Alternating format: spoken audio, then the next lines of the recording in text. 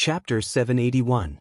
Hua Chenhuan had perfectly resolved a family dispute that might have been caused by the naming of the baby. Su Yan's baby was born naturally and recovered faster than a C-section. Logically speaking, she didn't need to stay in the hospital for too long. After staying in the hospital for about 5 days, Su Yan brought the baby home. Hua Chenhuan had been staying in the hospital to accompany his wife and child for the past few days. Uncle Zhang, on the other hand, had taken care of everything after returning home. He wanted to ensure that Su Yan and the baby could recuperate without any worries.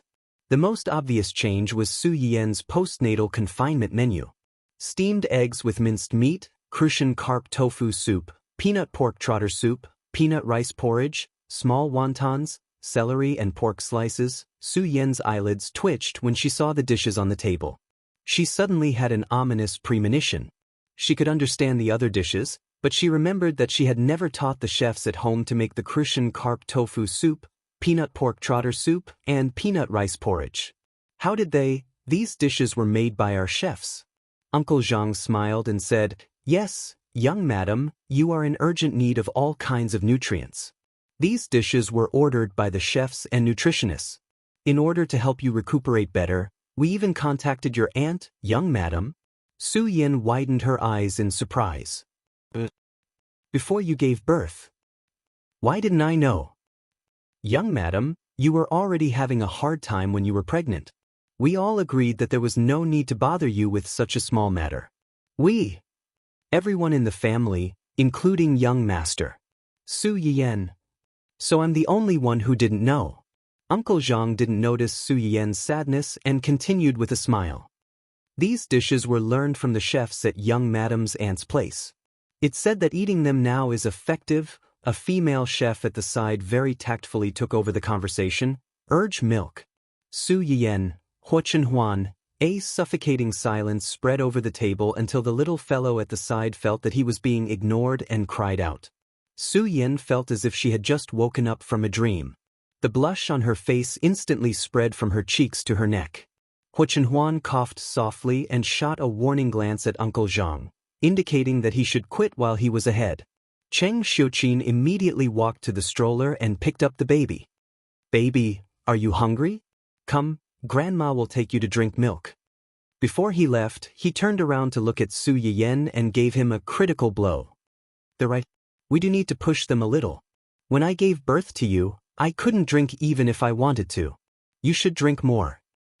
"Mom, you really are my biological mother." The temperature on Su Yan's face, which had finally cooled down, rose again. Her head hung low, as if she was autistic. Hua Chenhuan saw her embarrassment and said in a clear voice, "You all go ahead. I'll be here." Uncle Zhang looked at one person and then the other. He tactfully asked the others to leave, leaving the two of them alone. After they left, Su Yan's expression finally improved. Just as she was thinking about how to ignore those things, Hua Chenhuan couldn't help but say, "Uncle Zhang and the others have good intentions. Don't waste it. It's some." After she finished speaking, a big bowl of soup was pushed in front of Su Yan. Su Yan looked at it carefully. It was the bowl of Crucian carp tofu soup that was originally placed the furthest away from her. "Su Yan, can I hit you?" Chapter 782. Su Yan spent her first meal back home in shame and indignation. She didn't even know what to eat. However, someone didn't know what to do. As soon as they finished eating, he threw his son to the child's grandmother and rushed into the bedroom excitedly with Su Yan. At that time, Su Yan didn't realize that there was a wolf sitting next to her. She pinched her soft belly and was worried. The little guy was out, but her belly didn't recover so quickly. Thinking about her thin waist before she was pregnant with the little guy, and then looking at the little chubby belly now, Su Yan was very resentful. "Why are you sighing? Who made you unhappy? Who else could it be other than you?" Su Yan glared at Hua Chenhuan angrily. It was this guy who forced her to drink several bowls of soup just now, causing her belly to be full of water now. Hua Chenhuan knew what she was angry about. Without thinking, he said, "Well, I was wrong. Don't be angry. It's not good for your health." Su Yan felt like she had punched cotton. Not only did she not calm down, but she was even more depressed. You're always like this. You apologize whenever you do something wrong. Don't you dare next time. Hua Chenhuan touched his nose a little guiltily and said embarrassedly, "This time, I really don't dare." Su Yiyan stared at him suspiciously. Obviously, she didn't believe his words. Seeing this, Hua Chenhuan had to try his best to prove his feelings. He said sincerely, "Really, I won't force you to do anything you don't like in the future. You said so before. Didn't you regret it today? I'm just curious." Su Yiyan raised her eyebrows. Curious about what? Curious about whether those soups are really useful. Su Yiyan was stunned for a few seconds before she realized what he meant. The expression on her face suddenly froze. She looked at him in disbelief. You, I didn't expect you to have such a husband. I was wrong about you." After Hua Chenhuan finished speaking, she seemed to realize that she was asking for a beating. She hurriedly tried to salvage the situation by saying, "I was thinking too much. If you don't have it, then don't have it. Anyway, our baby doesn't lack the money for milk powder." It would have been better if Hua Chenhuan hadn't said anything. Once he did, Su Yiyan's face turned even redder. She glared at him angrily and turned her back completely, refusing to talk to him. Realizing that she had caused trouble again, Hua Chenhuan hurriedly continued to apologize and coax her. After coaxing for a long time, Su Yiyan suddenly asked, "Do I look ugly like this?" She had just given birth not long ago. Her belly was still very obvious, and her face was still round. Her looks seemed to have been pulled down quite a bit. Of course, only Su Yiyan thought so. Hua Chenhuan couldn't keep up with his wife's thoughts, but he still said without thinking, "No, in my eyes, you will always be the most beautiful." In his opinion, Su Yiyan was also good-looking before, but she was a little too thin. She looked as if she would be blown away by a little wind. Now she was just right. She was a little meaty, not too fat or too thin. She was soft when he held her, and he couldn't bear to put her down. If you have time to think about nonsense, why don't you do something serious? Su Yiyan's whole body trembled. She suddenly had an ominous premonition. Something serious? What is it? You drank so much soup last night. I don't know if it's useful. Let me check for you. What? Before Su Yiyan had time to protest, her mouth had been blocked by Hua Chenhuan. After that, she didn't have a chance to protest. Chapter 783. Su Yiyan had just given birth not long ago, so Hua Chenhuan naturally couldn't do anything to her. Even so, the next morning Hua Chenhuan was kicked out of the door by Su Yiyan, and he was banned from the bedroom for a month on the spot. Hua Chenhuan, who was kicked out of the house the next day. He regretted it very much, very much.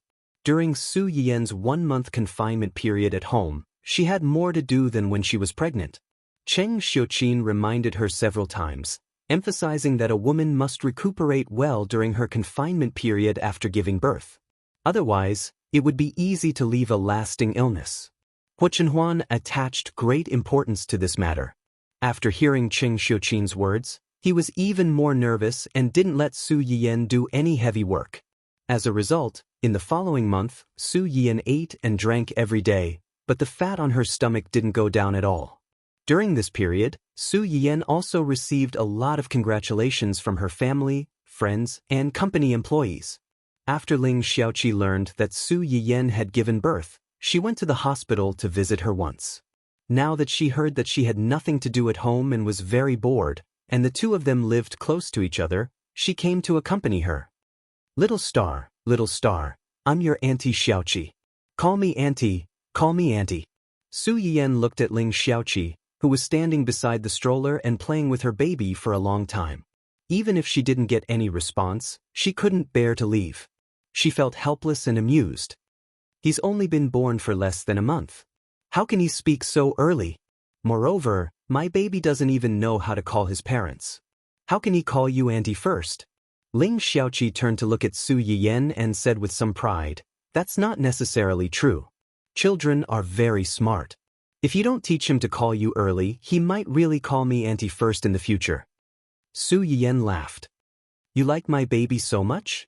Who wouldn't like such a soft cub? Especially since this little cub was especially well behaved."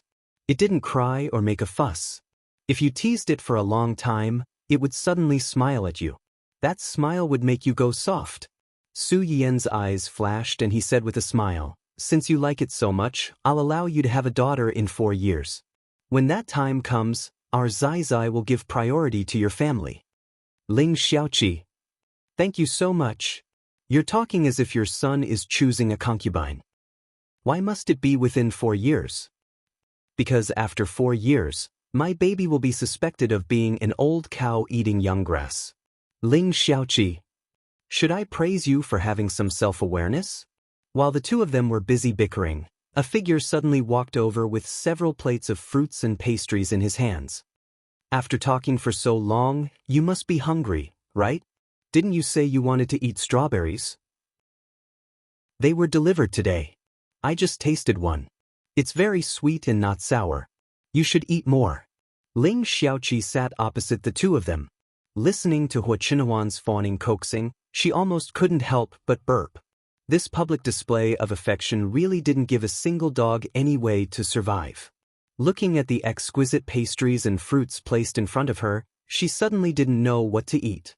Sob, sob, sob. She felt that she was being abused so badly. Su Yiyan wasn't so easily bought over by these plates of fruits and pastries. A certain someone's ban hadn't been lifted yet. Any show of goodwill at this time would be regarded as impure motives. Believe it. I'll eat it later. Su Yiyan paused and said, I have something to say to Xiaoqi. It's not convenient for you to stay here. Go back to work early. Especially cold, especially ruthless, especially arrogant. Humph. Chapter 784. When Hua Qinhuan heard what she said, a hurt look flashed across her face. She nodded like a little wife, and before she left, she didn't forget to remind her, don't be angry, I'll leave now. Remember to eat, it's good for your body. Not only Su Yiyan, but even Ling Xiaoqi, an outsider, couldn't help but feel pity for that pitiful look. Did you quarrel with your husband? Why do I feel like your man is being wronged and trying to get on your good side?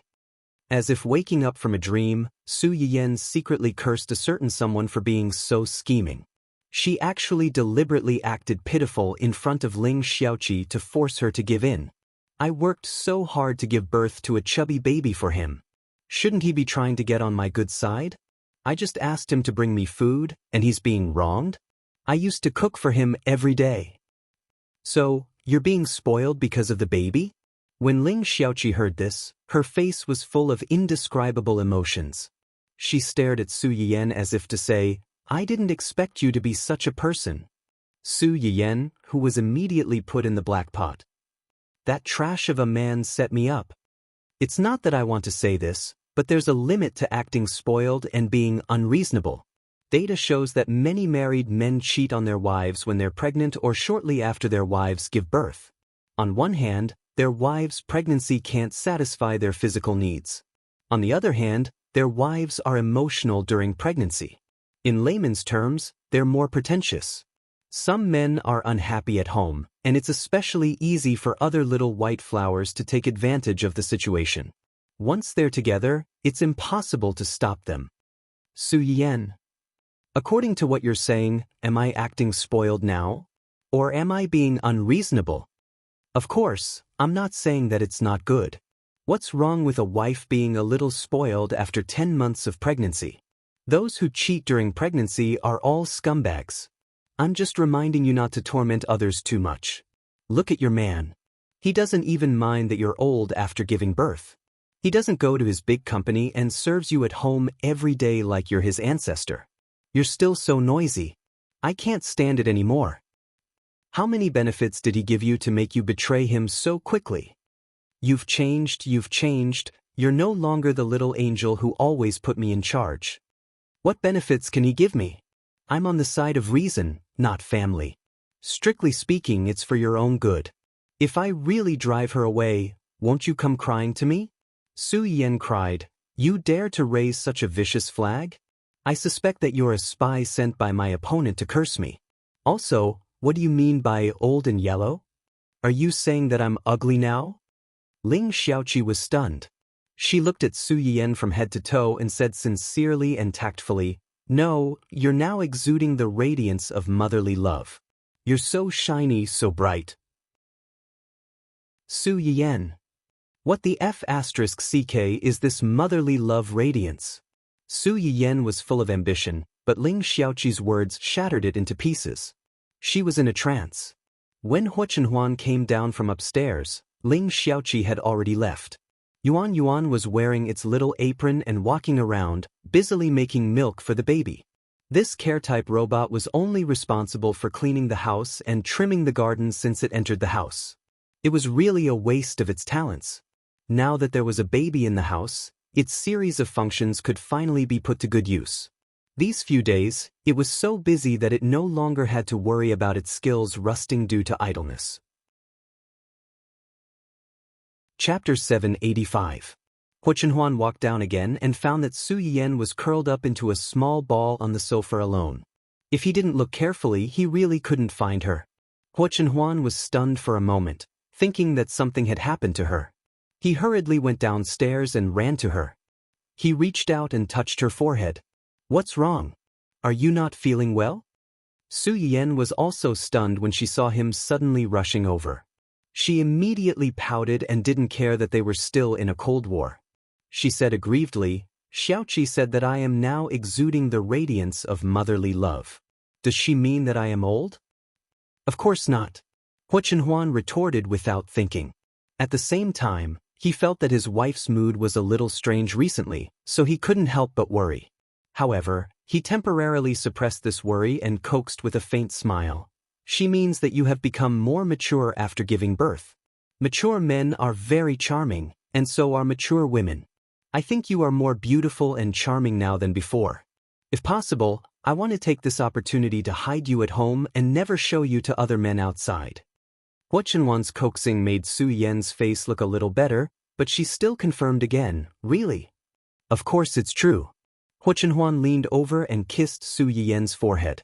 He said meaningfully, "Instead of spending time and energy thinking about these groundless things, why don't you think about whether you can move me out of the guest room tonight?" "Move me out?" Su Yiyan was held in Hua Chenhuan's arms and snorted like a little piglet. "Where do you want to move me?" "Of course, back to our bedroom." "In your dreams?" It was fine if Hua Chenhuan didn't mention this. As soon as he mentioned this, Su Yiyan remembered that someone had pretended to be pitiful in front of Ling Xiaoqi before. "Say, did you do it on purpose just now?" "On purpose what?" "Deliberately pretended to be pitiful in front of Xiaoqi and let her think that I bullied you." "You're accusing me wrongly. I just hope that she can help me say a good word and beg for your forgiveness." Hua Chenhuan couldn't help but kiss her. "Moreover, as long as you want, I can serve you tea like today every day as long as you can calm down." Su Yiyan was not really angry that she drove Hua Chenhuan to sleep in the guest room. "But it's a month." Hua Chenhuan stared at her with puppy eyes. His expression was very similar to the pitiful look of a hungry puppy asking for milk. "Can't you make an exception? Since you bullied me that night, I should have let you sleep in the guest room for a few days. Let's see if you still dare to do it in the future." When Hua Chenhuan saw how resolute Su Yiyan was, she knew that there was no turning back. Hence, she did not continue to harp on the matter. Instead, she was calculating in her heart how high the success rate of a sneak attack would be in the following days. Fortunately, Su Yiyan did not have the ability to read minds and did not know what Hua Chenhuan was thinking. Otherwise, she would have to sleep in the guest room for another month. It was not easy to coax Su Yiyan into forgetting about Ling Xiaoqi's words. However, Hua Chenhuan took Su Yiyan's abnormal behavior to heart. The next day, she secretly consulted a private doctor behind Su Yiyan's back. The conclusion she got was that she was suffering from mild postpartum depression. Chapter 786. From your description, your wife does have some symptoms of postpartum depression. However, it should still be in a relatively mild state. The fact that you can discover it so early shows that your relationship with your wife should be very good. This is also a good thing. Early detection and early treatment can control it early. If it is delayed for too long, it may become more serious and difficult to treat. Hua Chenhuan heard his words but did not comfort him at all. She frowned and said, "Her mood has been fluctuating a little recently. Is this also the reason?" Many people only know that pregnant women have mood swings during pregnancy and can't control them. In fact, the period after giving birth is the most difficult period for pregnant women. During this period, they are under a lot of psychological pressure, and their emotions are not easy to control. They are also relatively sensitive in all aspects and are very easily affected by external things. Hua Chenhuan was silent for a moment and asked in a deep voice, "External things? What kind of external things cause this situation?" There are many factors that cause postpartum depression. The more common one is that the relationship between the husband and wife or even the mother-in-law and daughter-in-law is not harmonious. The husband and wife relationship in their family had always been good, and there was no conflict between the mother-in-law and daughter-in-law. This reason was obviously not valid. It could also be that the pressure of taking care of the child is too great. The child is noisy, or they don't know how to feed and take care of the child. The child was taken care of by the servants and Yuan at home. He would also help to look after the child when he was free. He rarely let her tire herself out because of this, so this should not be the reason. Another reason is that after pregnancy, many pregnant women's figures will change. The growth of the fetus will make their figures out of shape. Even after the child is born, the changed figure can't be restored to its original state. This will also give them a certain amount of pressure. Hua Chenhuan was stunned. She suddenly remembered that on the first night they returned home, Su Yan seemed to have pinched her chubby belly and asked her if it was ugly. Another reason is that she can't fully adapt to the change in identity. Change in identity? Madam is still young and is in the most beautiful period of a girl's life. Even if she marries and becomes your wife, she will definitely feel the same as before. But now that she has given birth, it means that she has changed from a wife to a child's mother. From this moment onwards, she can no longer prioritize herself over everything and do whatever she wants to do. Let's give a simple example. Before marriage, you and Madam could go out anytime, anywhere, shopping, watching movies, or even traveling. But after having a child, Madam will subconsciously think of the child no matter what she does. Even if she goes out shopping or watching movies, she will think about the child at home. Did you eat and sleep properly? Did you cry? And traveling is almost impossible in a short period of time. Such a sudden change in identity will bring a certain psychological impact to Madam, and it will also have a certain psychological impact on her. If it were not for the doctor's analysis, Hua Chenhuan would never have thought that Su Yayan's reaction to Ling Xiaoqi's casual remark was so intense that there were so many twists and turns hidden behind it.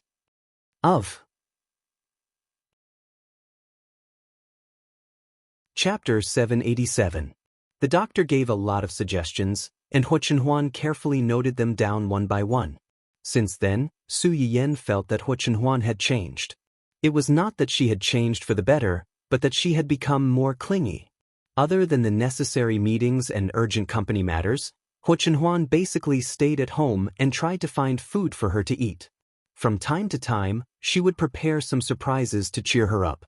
In addition, Hua Chenhuan also called Ling Xiaoqi over to spend more time with Su Yiyan. After Ling Xiaoqi found out about Su Yiyan's postpartum depression, she also realized that her previous banter with her was inappropriate. For this reason, Ling Xiaoqi blamed herself. Fortunately, Hua Chenhuan did not blame her. She only asked her to spend more time with Su Yiyan when she was free and talk to her about the outside world to relieve her boredom.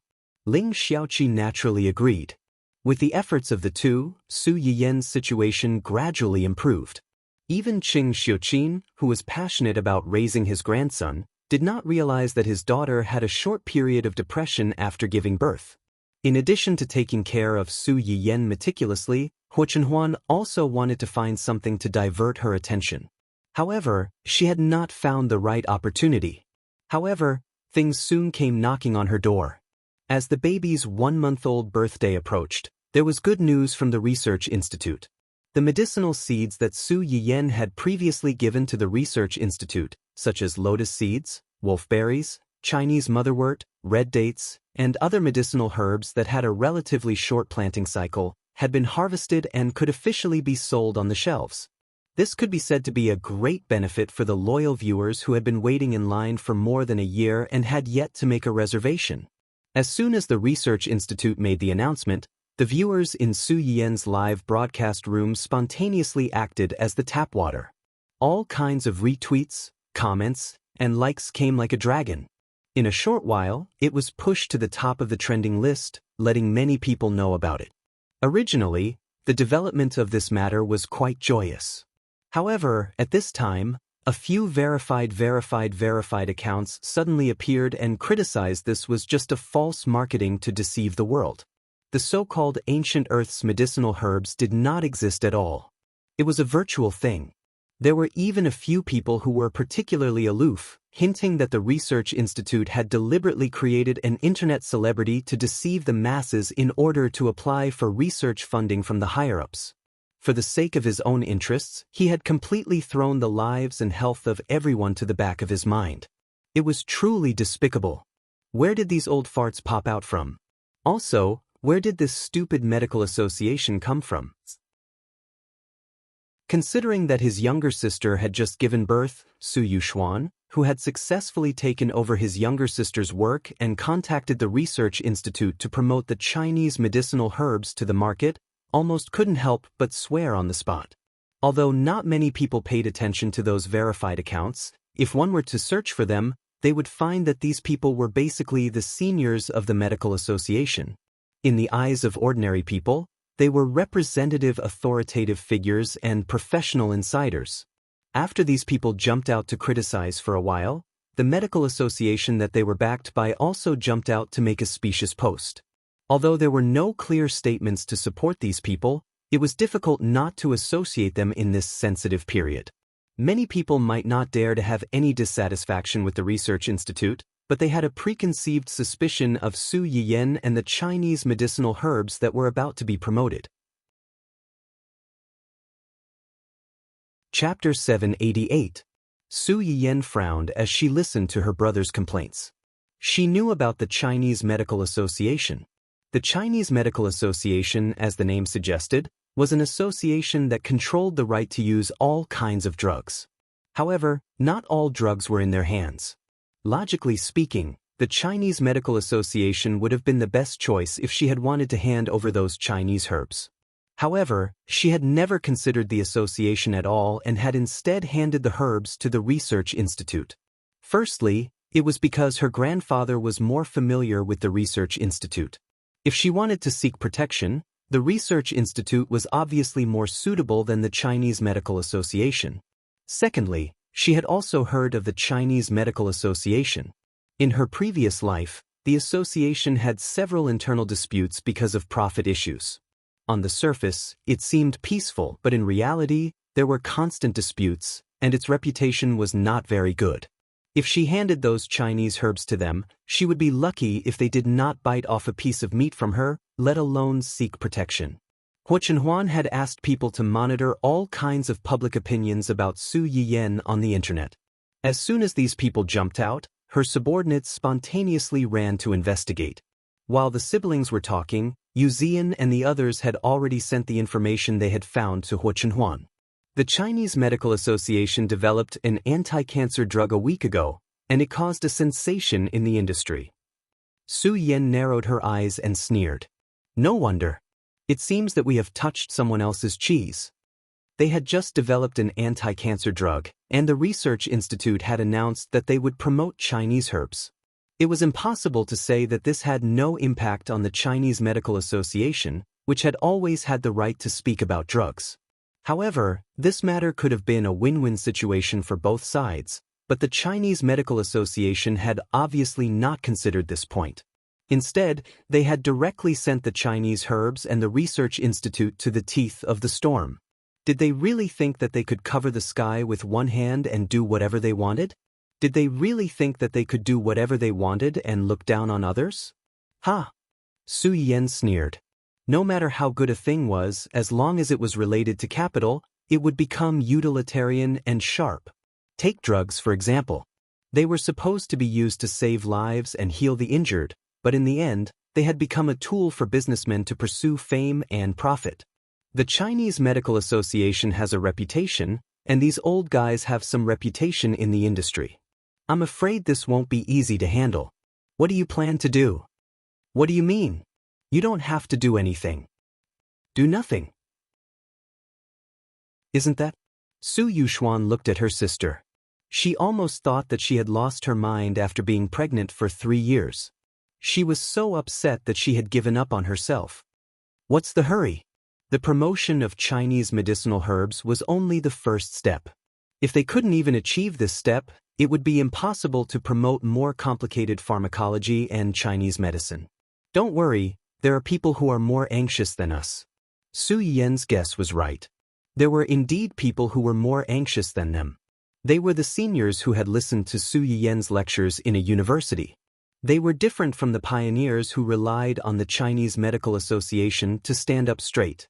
Although these seniors were all registered in the Chinese Medical Association, most of them had their own independent research laboratories. Their relationship with the TCM Association was more of a cooperative relationship. In fact, the TCM Association even relied on them more. After all, without the support of some big shots, how could the TCM Association still be considered a TCM Association? And it was these big shots who almost jumped in anger on the spot when they heard the students talk about these things on the internet. Chapter 789. They're a bunch of old bastards who only know how to hang around in various associations and wait for death. Usually, when they're busy, they don't even show up. Now, they're jumping out as if someone dug up their ancestral graves. Yi Qilyang was trembling with anger. He had been waiting for this day for too long. He had finally seen some hope, but it was ruined by these people. Yi Qilyang wanted to swallow them alive. Yi Qilyang was not the only one who was angry. Even though he had not gone to University A with a pure purpose in mind. Most people were just curious about what Chinese medicine, which Yi Qilyang had admired for most of his life, was like. However, after a year of online learning, many people were attracted to this subject and truly fell in love with it. To these people, the Chinese Medical Association's move was no different from plucking the hair from a tiger's mouth. Isn't that right? Look at how weird they are. Why didn't I realize that these people's mouths are so cheap? I haven't interacted with them many times before. On the surface, they seem like decent people, but I didn't expect them to have such low moral standards. They can even lie through their teeth when things are obvious. Did you just realize? These people are not good people to begin with. Do you remember the pharmaceutical exchange 5 years ago? At that time, I saw with my own eyes that these people deliberately bullied the young people who attended the exchange. Not only did they take advantage of their seniority, but 1 or 2 of them even harassed the young girls in the hotel at that time. That's true. More than 10 people present were shocked. Why didn't you tell us? The old man who was yelled at touched his nose guiltily. Then he snorted coldly and said angrily, "Would you believe me if I told you? I only found out by chance. I didn't have any recording equipment with me. Who would believe me if I told you?" The old man who spoke had a fiery temper. He was a loner and did not get close to the others. Even though they knew that he did not have any bad intentions and had some real talent, they still could not get close to him. Usually, other than the necessary research and work time, they rarely met. With such a friendship, he really couldn't expect the other party to report everything to him. Moreover, as he said, even if he did, would they really believe him? The person who had been criticizing him immediately shut his mouth, feeling inexplicably guilty. After a long while, someone spoke again, discussing these people whom they seemed to have met for the first time. Although I've only met them a few times, I really don't like them. I just didn't expect them to have no bottom line. In the end, they were all old foxes who had lived for most of their lives. Their judgment of people was still very accurate. It's just that if you don't understand a person, you'll still have a conservative estimate of a person's character, but you'll forget that human nature is far more complicated than they think. This is too much. As seniors, it's fine if they don't help and support talented juniors, but they're even suppressing them. Do they really think that the academic world is theirs alone? You even harassed girls. A female professor in her 60s was so angry that her face turned red. Such a refined scum is actually from the same place as us. It's because of people like them that the reputation of the pharmaceutical industry is so bad. How did such a morally corrupt person become such a person? Doesn't anyone teach them a lesson? It's because of flattery that they can climb to where they are today. Didn't you see what they posted? Chapter 790. As soon as he said that, everyone present fell silent. On the surface, these so-called seniors were accusing the industry of being fake and exaggerated, warning the public not to be deceived. However, everyone present could tell that the Chinese Medical Association was fanning the flames behind the scenes. They were using these people's words to deliberately suppress Chinese medicine. As for why they were doing this? Of course, they were afraid that Chinese medicine would really be useful and affect their monopoly on the medicine market, which would affect their way of making money. The main problem is still with the Chinese Medical Association. I used to think that they were unscrupulous, but I didn't expect. It's not strange. The Chinese Medical Association is no longer the same as it was 20 years ago. They've changed so many foremen, and each generation is worse than the last. In recent years, they've even gotten a few laymen to manage it. They've turned a good place into a mess. How can it still be like before? Everyone present was more or less disappointed when they heard that. Although they were only part of the association in name, they were actually very close to the first president of the association. When the association was established back then, they had also contributed a lot. Unfortunately, the president later passed away due to illness, and the upper management of the association had changed several times. Everyone watched as the place gradually became unfamiliar, but they could do nothing about it. In the end, they simply stayed in name and did not participate in their internal affairs. This had been going on for many years. During this period, some businessmen in the association did not use their names to show off. As long as they did not go overboard, they tolerated it for the sake of the first president. However, this time, I think they've been too complacent over the years.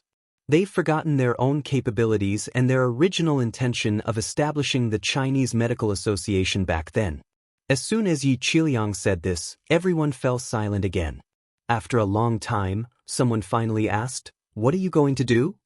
"We've already come to this point. What else can we do?" Everyone looked at each other and had an answer in their hearts.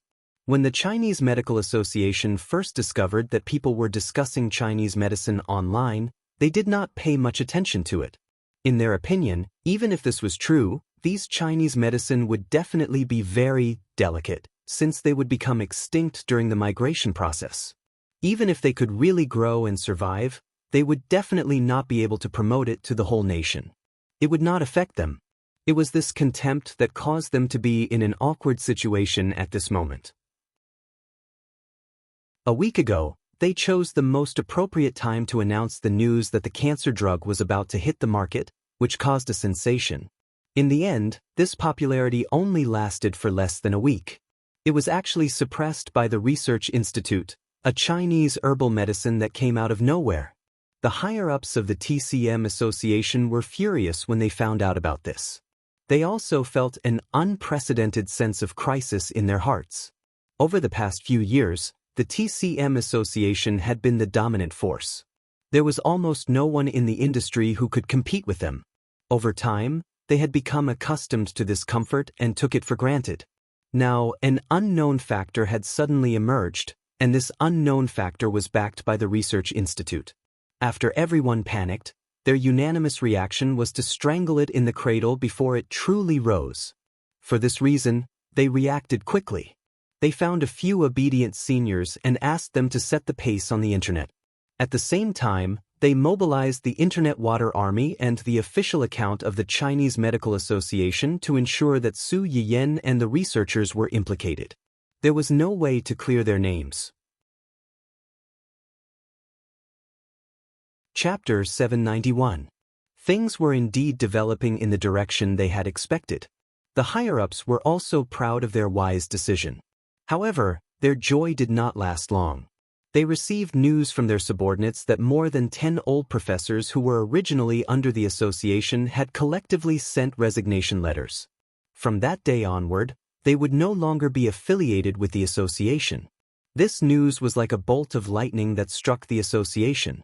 The people inside were thrown off their feet. Associations like theirs were actually similar to some special enterprises. Every year, they would apply for a sum of money from the higher-ups for experimental research and internal operations. They would use this money to conduct research and experiments on new drugs to make profits. However, the prerequisite for applying for this sum of money was that there had to be at least 20 professors in the relevant fields in the association. Only then would they meet the minimum application criteria.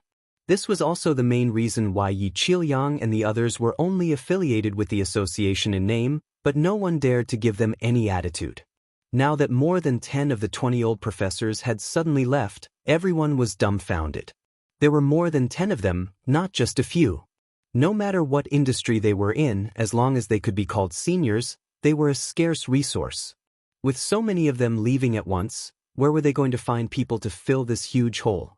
After the president of the association recovered from his shock, he immediately rushed to the Human Resources Department and asked for the phone numbers of the old professors. He called them one by one. In the end, either they could not get through, or they hung up the moment they heard his self-introduction. One or two of them had a bad temper and directly retorted, "Don't you know what the association has done?" The president was stunned. What did they do? Before he had time to think about it, the phone was hung up again. The president of the association had never been treated like this ever since he took over the association. His expression immediately turned a little ugly.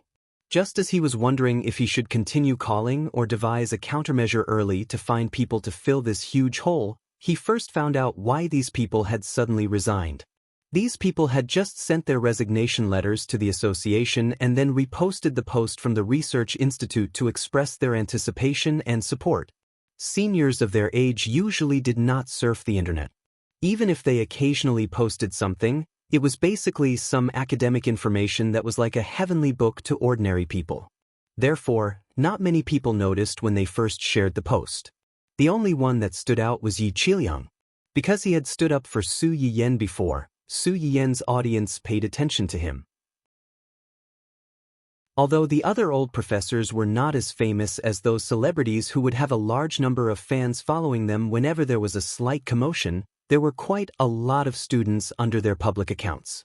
These people had taught and educated people for most of their lives. Although they didn't dare to say that they had students all over the world, they still had quite a few proud students. Once they saw that their teacher, who had been silent for 10,000 years, suddenly had a new situation, many people immediately chased after him. After figuring out the ins and outs of the matter, those who had money paid for the promotion, and those who had money pulled others to help with the promotion. This pushed all of them into the public eye.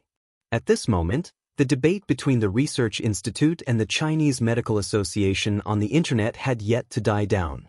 Suddenly, a bunch of unfamiliar names suddenly appeared on the internet. The onlookers were all dumbfounded, not knowing what to do. If you don't understand, just ask. What's the situation with these people? They seem to be old accounts that they don't use much. Could it be that they are some low-key big shots? Subway Grandpa looking at mobile. JPG.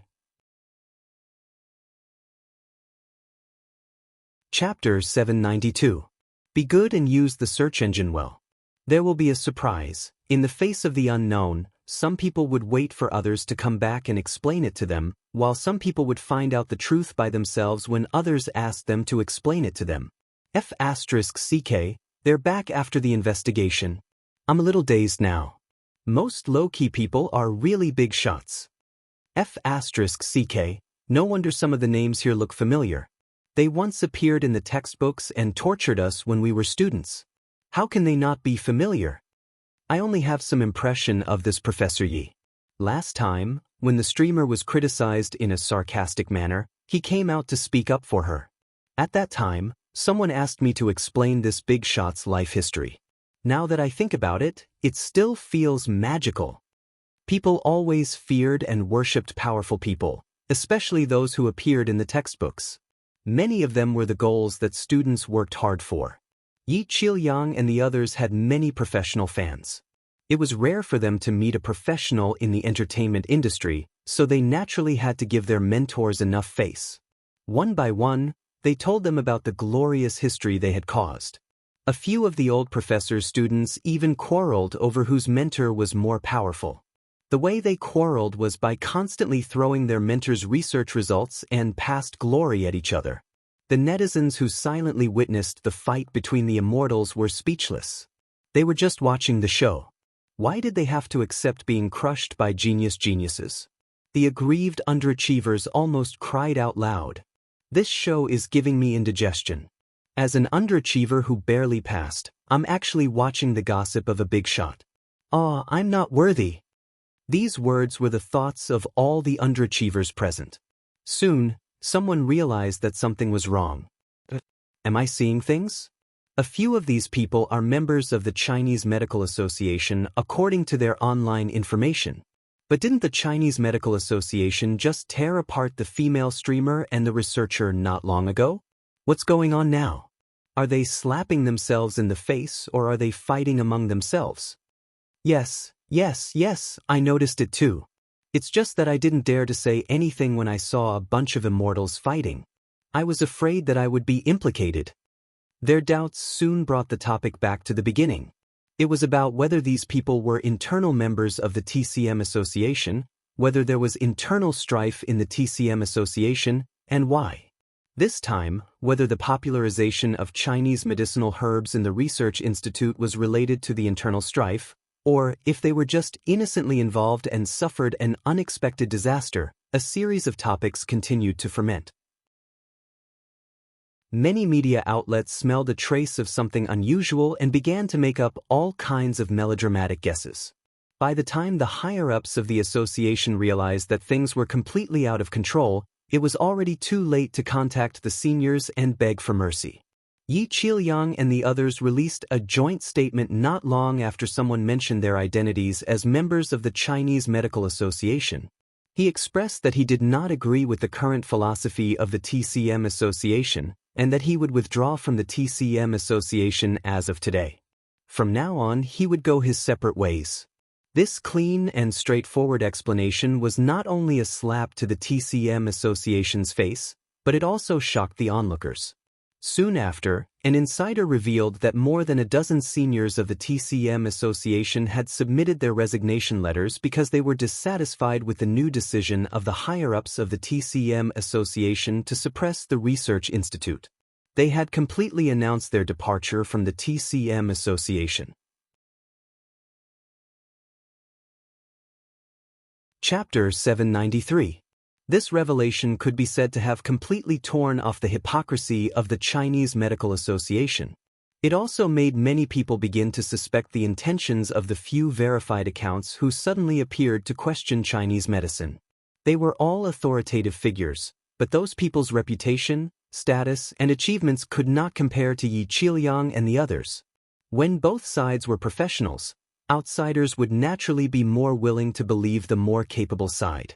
Even if the Chinese Medical Association's Crisis Public Relations Department immediately sent a lawyer's letter to warn the so-called insider, it could not win back the hearts of the people. You think it's not true just because you say so? Then why don't you tell me why they suddenly withdrew from the association so forcefully? Anyone with half a brain would know that a large number of big shots suddenly left the association. There must be a big change in the association. Why don't you tell me the reason? Do you really think the netizens are fools? The higher-ups of the Chinese Medical Association watched as the public opinion took a turn and took a sharp turn. Not only did they not trick anyone, but they also caused trouble for themselves. The president of the Chinese Medical Association was so angry that he smashed a glass on the spot. He cursed in the office for a long time, and no one dared to approach him. In the end, a certain someone who was the key to the final outcome was in a good mood. He felt that he could eat another bowl of rice tonight. Did you see it? Su Yuxuan was like those underachievers online who were embarrassed by the popular science. He watched in disbelief as these big shots, who he had only heard of but never seen before, popped up one after another to speak up for his sister and support the Research Institute. At this moment, he was a little stunned. I saw it. Yen Yen, where did you find so many big shots to support you? Could it be Grandpa? No, Grandpa's connections are mainly at the Research Institute. These people in the Chinese Medical Association. Okay, no need to guess. Su Yen listened to his brother's nagging and raised his chin slightly with a little pride. These are all my favorite students. Favorite students? Su Yuxuan's expression froze. He said in disbelief, Did I hear wrongly? You said they are your students? How old are you? How can you be their teacher? And people like them, what can you teach them? Su Yen was both angry and amused when he heard this.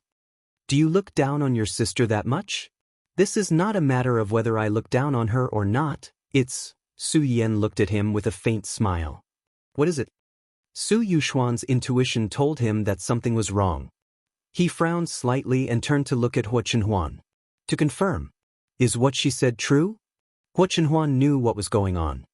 He nodded and replied, yes. Su Yuxuan felt as if he had been struck by lightning. His suspicious gaze shifted between the two of them. He clearly suspected that the couple had teamed up to tease him. Su Yayan could tell what Su Yuxuan was thinking at a glance. She rolled her eyes helplessly and explained the whole story to him. Them. Strictly speaking, I should be considered half their teacher, right? Su Yuxuan was even more dazed when he heard this. His sister had actually taught these big shots and was loved by them. Su Yuxuan took some time to digest this huge amount of information. Then, as if he had been provoked, his eyes widened. He pointed at Su Yen and shouted, Vixen, give me back my sister. Su Yen? Chapter 794. The room suddenly fell into a dead silence. Su Yen, who had been shocked by her brother's actions, couldn't come back to her senses for a long time. After an unknown amount of time, Huo Chenhuan couldn't hold it in anymore and was the first to burst out laughing. When he laughed, Su Yen also seemed to wake up from a dream. She looked at her brother with an indescribable expression. Brother, what have you been through during this period of time? How could a good black sesame rice ball turn into a sand sculpture? Su Yuxuan saw his sister's disdain for him and almost laughed out of anger. Don't look at me like that. Aren't you the one who caused me to become like this? I caused you to become like this? Su Yen pointed at herself with a face full of shock. She felt as if a huge pot had flown down from the sky and smashed on her head. Now that things had come to this, Su Yuxuan felt like he had nothing left to lose. He crossed his arms over his chest and sneered, I don't know who it was that suddenly asked Mom to arrange a blind date for me. Now I have to go out and eat with strange women every 2 to 3 days. After seeing so many women, I finally understand the truth of a certain saying. A certain saying? What saying? When the forest is big, there are all kinds of birds. Su Yuxuan's face darkened as if he wanted to beat someone up. Do you know how many blind dates I've seen during this period of time? 20. On average, I've seen one every 2 days. Su Yuxuan gestured with his hands as he spoke. If these people were reliable, then it would be fine. It's a blind date. It's supposed to be a meeting to get to know each other. If you get along, then stay. If you don't, then leave. What's wrong with them? Su Yen listened to Su Yuxuan's tearful complaints with a blank expression. Didn't her mother say that she would screen the candidates in advance before recommending them to her brother? Logically speaking, it shouldn't be too outrageous. Mom made the decision to let you go. Are you okay? Are you all right? Su Yuxuan was so angry that she laughed. Among the few that I've been in contact with recently, one of them told me that she has mental misophobia and believes in platonic marriage. She can't tolerate her husband's betrayal, whether it's mental or physical. So, for the sake of our future marriage, I must get a vasectomy before we get married. Pif. These sisters are fierce. The other one was fine at first. As they chatted, she suddenly said that although her family was quite rich, that money belonged to her younger brother and had nothing to do with her. And when we get married in the future, she hopes that I will give her brother a share of our company as a betrothal gift. Help younger brother? Another one asked me directly. She's bisexual. After we get married, Can she bring her regular lover over to live with us? If I'm interested, they wouldn't even mind having a threesome with me. Su Yiyan was stunned. Oh my god, isn't this too open-minded? Are young people these days so good at playing? Hua Chen Huan. Pivif, baby, you're still young. Don't make it sound like you're in your 70s or 80s. I don't want to say this, but brother, have you been tainted by something unclean? How did you meet such weirdos? As soon as Su Yiyan finished speaking, Su Yuxuan's sharp glare flew over. Thinking that he was partly responsible for this matter, Su Yiyan laughed dryly and shut his mouth in embarrassment. Su Yuxuan still couldn't calm down after he finished speaking. He looked up at the sky and sighed. For the past month, I've been shouldering everything by myself. Chapter 795. Su Yiyan felt goosebumps all over her body when she heard his sad aria. But when she remembered that she was the one who brought it up first, Su Yiyan couldn't help but feel a little guilty. She coughed lightly and said, "You can tell Mom about this. Mom has already screened the blind dates for you, but it's inevitable that some fish will slip through the net. If you tell her, she'll know who to screen next time and you'll suffer less." To be honest, Cheng Xiuqin couldn't be blamed for this. Except for the last one, if they didn't mention the first two, they might not have been able to find out. With Su Yuxuan's ex-girlfriend as an example, Cheng Xiuqin first investigated the other party's character. Strictly speaking, there was nothing wrong with mental cleanliness, but it was a little inhumane to ask Su Yuxuan to get a vasectomy. Although the sister-supporting demon was a little scary, it was also related to the other party's family environment. You could dislike it and be unwilling to jump into the pit, but you didn't have to be too critical. As for the last one, it wasn't something to be proud of in a rich family, so the family naturally took pains to hide it. But he didn't expect his daughter to be so honest and reveal it herself as soon as they met. He didn't know if it was because she was confident in her family background, or because she saw Su Yuxuan's gentle and honest appearance, but she felt that he was easy to bully. In the end, it could only be said that Su Yuxuan was too unlucky. There were such weirdos every year, but there were especially many this year, and he encountered all of them. Forget it. Su Yuxuan had already given up on treatment. Just treat it as a free social beating to accumulate experience. After seeing so many weirdos at once, he wouldn't be too surprised if he met any more idiots in the future. And after seeing so many women with strange ideas, his judgment of people would improve slightly in the future. He would treat it as a preparation for his discerning eyes to find his future wife. But if this situation continued, Su Yuxuan wasn't sure if he would go crazy first or become numb first. Let's not talk about this anymore. Since they've stood up for you, what are you going to do about the research institute? What else can I do? Su Yiyan chuckled. Of course, it's a cold dish. Therefore, not long after the two sides were in an uproar, Su Yiyan finally logged into the public account used for live streaming and posted a status. This was the first time Su Yiyan appeared in the eyes of her live stream viewers after 3 months. Yanyan's little kitchen, buy it or not. I've been busy feeding the baby recently, so I don't have time to play these schemes with you guys. As soon as this post came out, there was a mix of fans and haters. It was very noisy. The anti-fans thought that Su Yiyan was too arrogant, and the experts from the Chinese Medical Association had already concluded that she was creating hype. The things she took out were not as magical as she claimed, yet she still dared to sell medicines so blatantly. She did not care about human lives at all.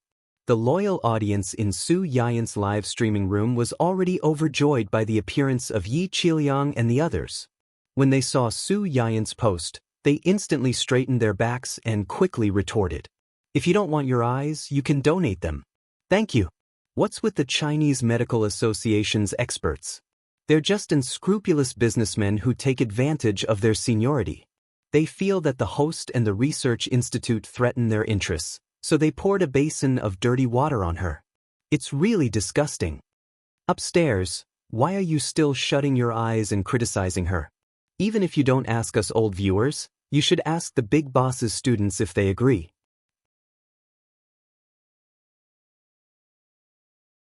Chapter 796. Some people were even more straightforward. They simply went along with Su Yian's words and beat around the bush to criticize these keyboard warriors. I beg you not to buy it. I'm one of the earliest viewers of the streamer's live broadcast room. I've been in the streamer's live broadcast room for almost 2 years. I don't have a share in the lucky draw, and I can't get an appointment. Now, I finally have ready-made materials to buy. Although my culinary skills aren't that good, I really want to try the medicinal cuisine made by the streamer. When it's on the shelves, I beg you not to fight with me. Please save the child. +1. This is only the first batch, so it's definitely not a lot. I can already see the grand occasion of tens of millions of viewers in the streamer's live broadcast room fighting for a few medicinal cuisines. I beg you to keep your word. Don't buy it, please don't buy it. Give us, the old viewers, a chance to spend money. I've been saving money since I started watching the streamer's live broadcast. After saving for so long, my wallet can't wait. Diske, do I lack those few dollars? What I lack are those rare materials and the streamer's hands. I've already given up on something as difficult as frying fish, but stewing soup looks simple. I can still try it. I hope there won't be too many people fighting with me on the day of the sale. I want lotus seeds, red dates, motherwort. I really can't afford to hurt a baby who's in pain during her period. Please pre-sell it quickly. I'll buy until it explodes. The bald party is still waiting for the fleece flower.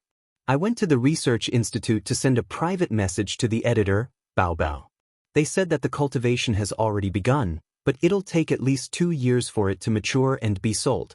I envy those who can buy it now. I can even send a private message to the editor of the research institute. No, I have to ask too. By the way, I'll ask when the public herbs will be available for pre-sale. In an instant, the viewers, who seemed to have their conception and governing vessels opened up, were too lazy to care about these keyboard warriors. They rushed to the public account of the research institute to harass the editor and ask when the medicinal herbs they were longing for would be available for sale. Some of Su Yian's haters, together with the paid posters hired by the Chinese Medical Association, seriously and conscientiously slandered him for a long time. In the end, they were mocked and ridiculed from all directions. In the end, they were completely ignored. They were so angry that they almost smashed the keyboard of their subordinates. Similarly, Yi Qiuyang and the others were also deeply vexed. Right now, they were filled with regret. Very, very regret. Before they spoke up for Su Yiyan to the research institute, why didn't they think that they could actually wait for them to buy the first batch of medicinal herbs in the chaos before coming out to clear their names? In that case, there wouldn't be so many competitors. When they bought the herbs, they could directly popularize the herbs on their accounts. They could even test the ingredients of the herbs on the spot. Wouldn't that be more convincing? What a miscalculation. All of a sudden, the big shots who had called back countless competitors were regretting it so much that their intestines turned green. But that was just a thought. If they could do it all over again, they would probably still stand up. Everyone had preconceived notions. If they did not stand up for Su Yiyan at this time, no matter how much they said later, some people would stubbornly think that they had been bribed and were quibbling. Otherwise, why didn't he say anything at the beginning and only came out now that everything was calm? Was he trying to clear his name? Therefore, despite their heartache, Yi Qiuyang and the others did not dwell on it for too long. They quickly composed themselves and contacted their students in the research institute.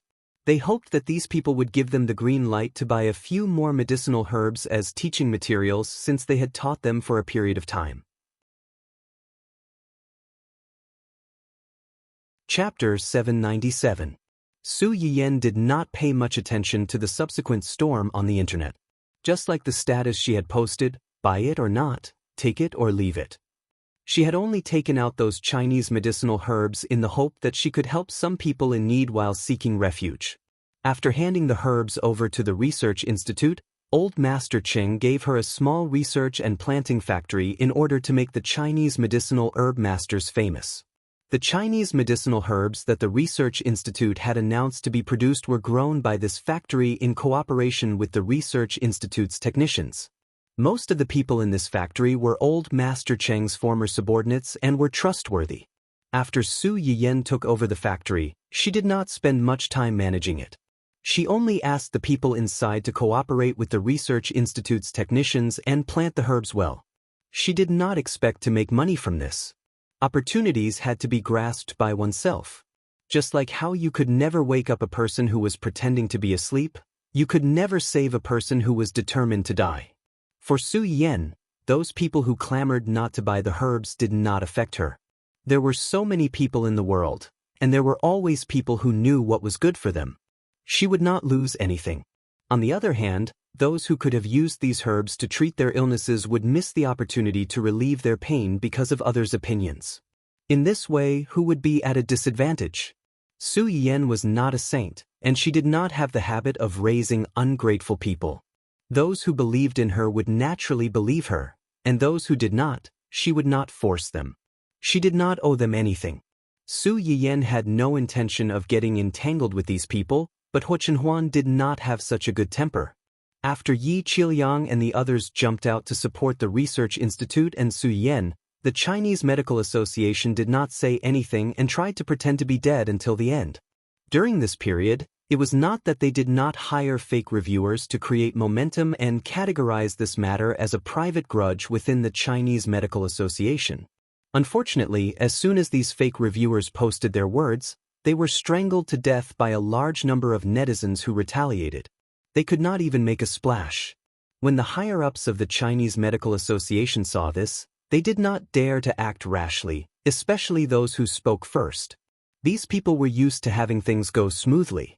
They did not expect that they would be slapped in the face by their seniors when they were just suppressing a small-time online streamer. While they felt resentful, they were also inexplicably afraid that they would be used as a role model because of this matter. Because of this, even if everyone felt indignant, they didn't dare to do anything. They were as quiet as chickens, hoping that this matter would be resolved as soon as possible. However, they still underestimated someone's narrow-mindedness. Just when everyone thought that this matter was almost over, a well-known internet celebrity suddenly jumped out to expose the matter.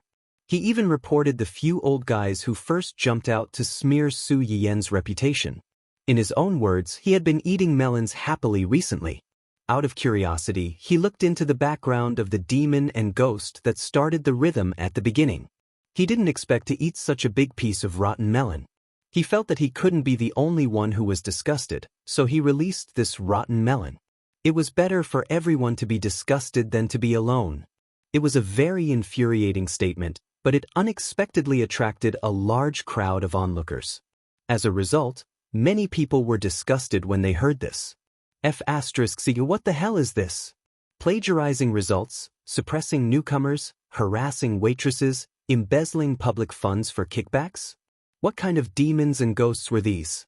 It's so disgusting that I want to vomit.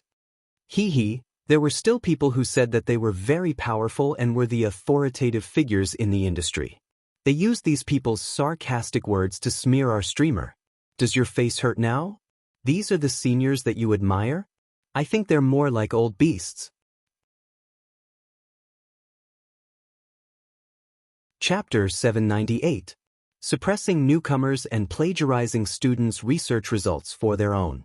How can they be mentors? They're a disgrace to the academic world. I'm about to throw up. I've always thought that these old guys looked weird. They had white eyes and hooked noses.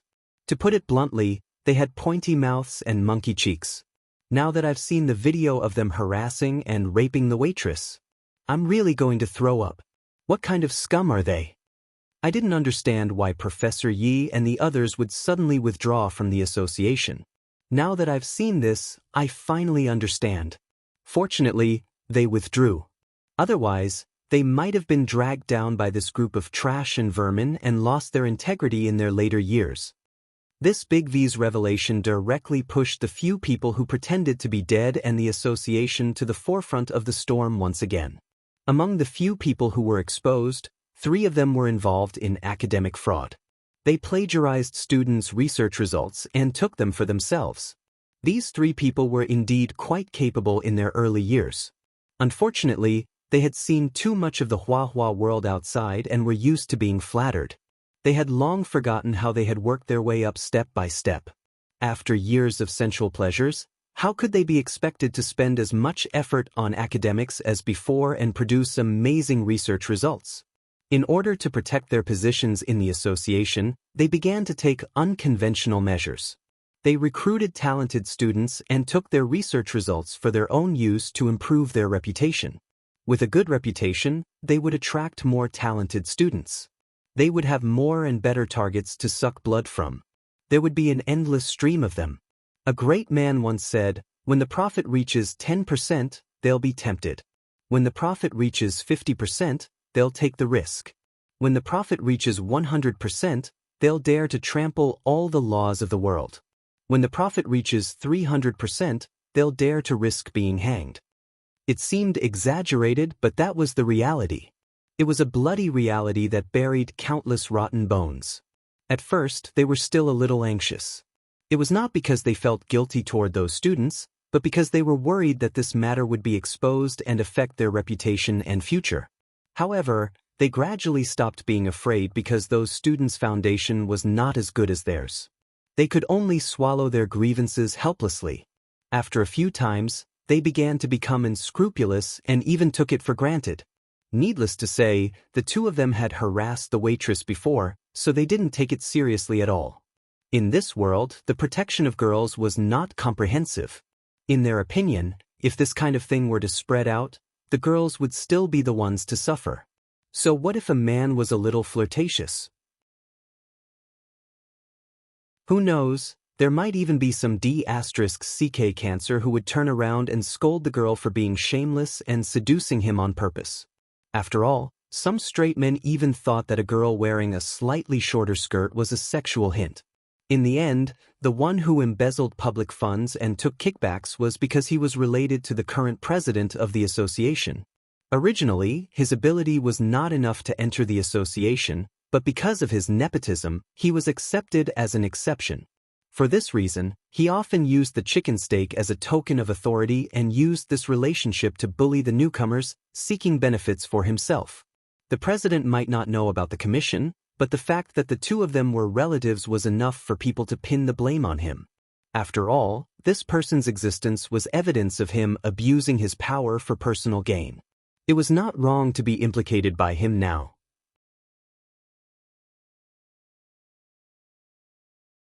Chapter 799.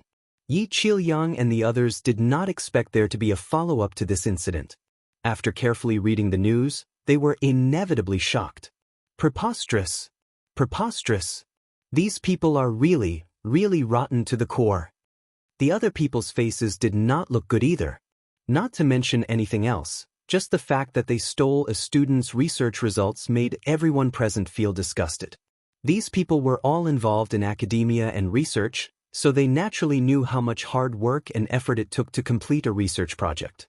In the end, everything they had done was taken away, and all their efforts were in vain. This feeling was like a child that they had been carrying for 10 months and raising for many years was suddenly abducted by human traffickers one day. The child was then crowned with someone else's surname and became someone else's child. Unfortunately, they were not as rich and powerful as the other party. They did not even have the confidence to get their child back. They could only watch their child acknowledge the thief as his father. Although we shouldn't wash our dirty linen in public, this is no longer just a dirty linen. Look at this. One of the old professors sighed and pointed at the people who had suddenly jumped out in a few minutes to prove that the news was true. Skipping over the emotional parties, who looked as if they had gotten their revenge, one of the non-parties who leaked the information attracted a lot of attention. This informant claimed to have grown up with one of the people whose research results had been stolen. They used to be schoolmates. He accurately said that his friend's research was plagiarized back then and posted some of the original manuscript online to prove that the research was indeed the result of his friend's own research. Onlookers loved this kind of news the most. It was satisfying and not tiring. However, there were also people who wondered why he was the one who posted these things instead of the person involved. The other party quickly replied, "Because he is no longer in this world." The hearts of the onlookers suddenly trembled. Then, without needing to be urged, The person spontaneously told the tragic truth behind this plagiarism. It turned out that his friend's mother had died early, and his father had raised him single-handedly. He was also promising and had been admitted to a good school with his own ability. Before he graduated, he was taken into a research lab under one of the three old guys. The people around him envied him and felt that he had a promising future with such a backer. At first, he felt that he was very lucky. However, just as he was about to graduate and his research was about to bear fruit, his father suddenly fell seriously ill and needed a large sum of money for treatment.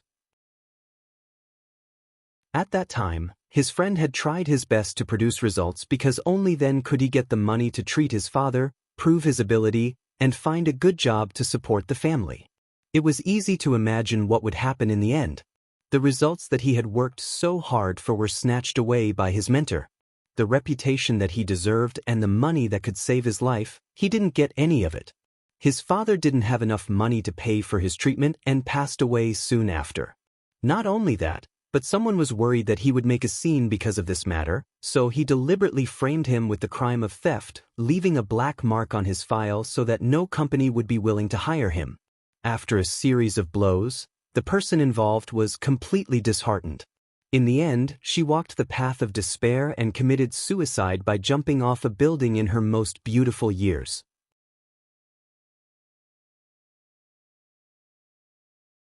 Chapter 800. Other than the people in the industry who had a deep understanding of the situation, most of the netizens only treated it as an interesting piece of news. Now that they suddenly discovered that this piece of news involved human lives, these people no longer dared to treat it as an interesting and insignificant piece of news. Of course, it was not that no one questioned why such a terrible thing was not exposed back then and only revealed now. The other party also quickly replied, "Back then, someone covered the sky with one hand and the victims had no way to appeal. Now that someone has finally self-destructed, I'll feel uneasy if I don't take this opportunity to seek justice for the dead." It was reasonable, and well-founded, causing a commotion. After that, another person revealed that the two old men who harassed the waitress did not only harass this girl. There was once a victim upstairs. The girl's parents wanted to seek justice for the girl, but in the end, they were slandered for deliberately seducing a married man. The people around did not know the truth and pointed fingers at the girl, forcing the girl to go insane and cut her wrists at home. Although they were rescued later, the whole family had moved away. They didn't know what was going on now. They originally thought that it was just a moral dispute, but it suddenly involved fate. With these two typical examples, the netizens were furious. The higher-ups also quickly noticed this matter and quickly set up an investigation team to investigate. In the end, the vines were pulled out along with the melons. One melon after another was dug out. The incident was so big that it shocked the entire industry. The president of the medical association and those people still did not understand until they were arrested. They were just suppressing an unknown internet celebrity. How did they get themselves implicated? Yi Qilyang and the others watched helplessly as the melon rolled from a small one to a huge one. It fell and crushed a group of people to death. How did this happen? I heard from a student who has some connections in the investigation department that the news is basically true. One of the old professors shook his head and said sadly, "I can only say that God is watching what people do. It's not that the karma won't come, it's just that it's not time yet." A relatively younger professor on the side frowned and looked inquisitive. "I think someone is behind this. Otherwise, it wouldn't have caused such a big commotion." Yi Qilyang smiled and said, "What does it matter if someone is behind this? As long as these things were true, it was fine. Hiding these rotten scars would only make them worse. He should take advantage of this opportunity to dig them out. Only when you grow new flesh can you improve." The people beside him looked at each other and seemed to have sensed something. "From what you've said, you seem to know something."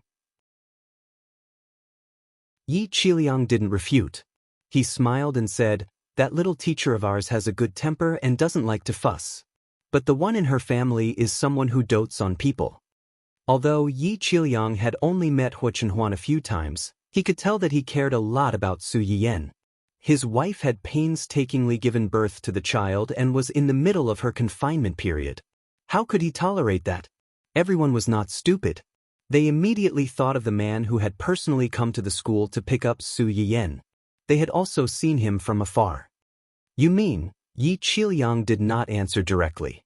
He only smiled and said, "It's good to dote on someone. Only those who know how to dote on someone will know how to protect them."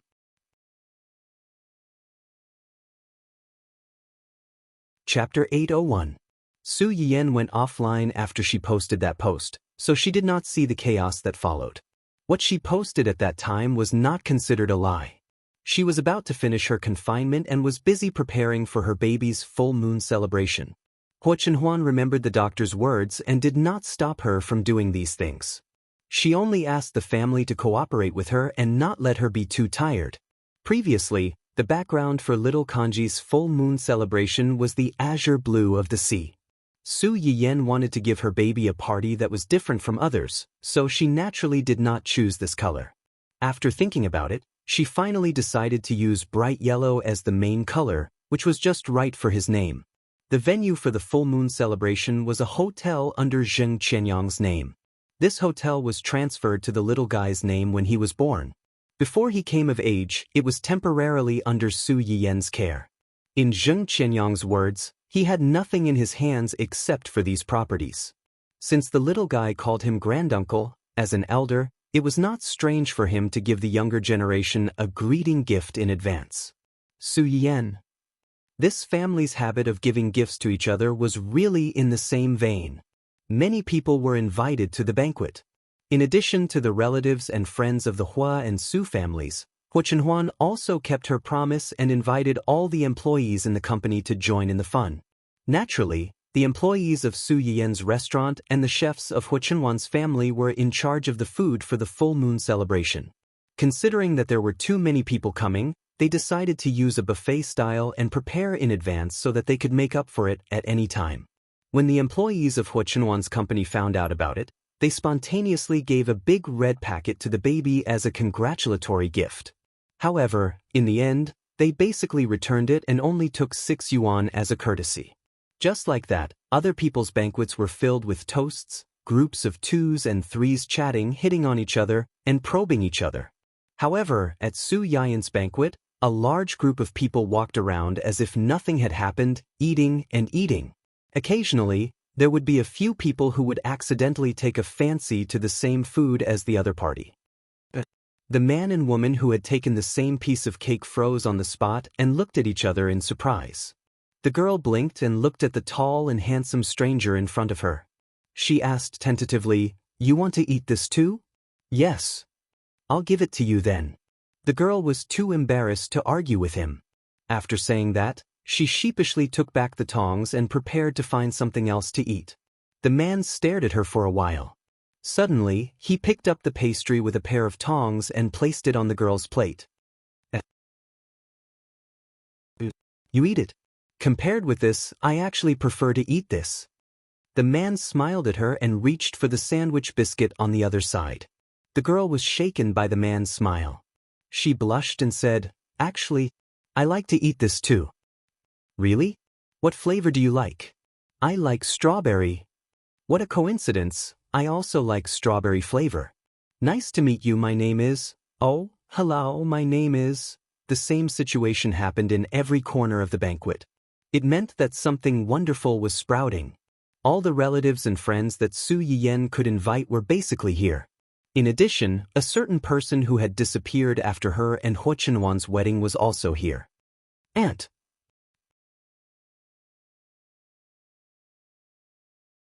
Chapter 802. Su Yiyan saw Su Yuding coming in from a distance. Her eyes lit up, and she trotted over with the child in her arms. "You're always so surprised." Su Yuding saw Su Yiyan coming over and hurried over to help her hold the child in her arms. "This must be little Xingxing. Aya, this little chubby face is so cute, and his facial features are so beautiful." The little guy in Su Yiyan's arms opened his big black grape-like eyes, as if he heard his great-aunt praising him. His little hands moved around and cried out. It seems that the little guy likes his aunt very much. "I like the little guy too." As Su Yuding spoke, she excitedly took out a delicate little box and said, "Baby, Come and see what little gift I brought for you. Su Yuding brought a piece of jade for the little guy. Judging from its color, one could tell that it was valuable. Jade could nourish people. Su Yuding gave this thing in the hope that the little guy could grow up safely and healthily. Su Yiyan did not refuse and took it with a smile. Then I'll thank you on behalf of the baby ant. Su Yuding looked at the little boy in Su Yiyan's arms and was really envious. It's inconvenient for you to carry things. Let me help you carry him. Su Yiyan saw through her thoughts at a glance, and the corners of her lips curled up slightly. Sure, this little guy is very heavy. My hands are sore from carrying him. The little chubby baby was almost 8 kilograms when he was born. After a month of careful feeding, his weight had increased. Su Yiyan now felt strained to carry him for a little longer. The little guy was still silly and not afraid of strangers. After being carried by Su Yuding, he rolled his eyes and was full of curiosity. Su Yuding had not seen such a small child for a long time, and her heart softened. After greeting the guests, Mr. Su and the others also noticed Su Yiyan's movement. They came over and asked in surprise, "Little Ting, when did you come back?" "Just arrived." Mr. Su heard her words and could not help but feel a little emotional. His sister came and went in a hurry these years. The family had not sat down and talked for a long time. "Do you want to stay at home for a while this time?" "Yes. You've been traveling for a long time. You're not young anymore. It's time for you to settle down." Mr. Su tried his best to persuade Su Yuding before he realized what she had said. "What did you just say? You agreed?" Su Yuding smiled and nodded. "I came back this time to rest for a while. I won't be leaving." "You've thought it through?" Mr. Su was pleasantly surprised. Su Yiyan and Qing Xiuqin were also surprised. After the initial shock, he felt somewhat gratified. "It's good that you've thought it through. It's good that you've thought it through." The reason why Su Yuding had been drifting outside these days was mainly because of her sensitive identity. She was adopted by the Su family. After the 2 elders of the Su family passed away, her position was a little awkward. It was fine when he was studying. Most of the time, he lived in the dormitory. After graduation, he had to go home. After a long time, some people outside with dirty mouths always liked to use her identity to gossip about her. Su Yuding heard a lot of rumors. She did not want her family to be troubled by these rotten things, so she used the excuse of traveling. These years, she had been drifting outside and rarely came back. Now that she was finally willing to stay, didn't she think it through? Su Yuding looked at her few relatives in the world and dropped another bomb with a smile. "Brother, sister-in-law, I'm going to get married."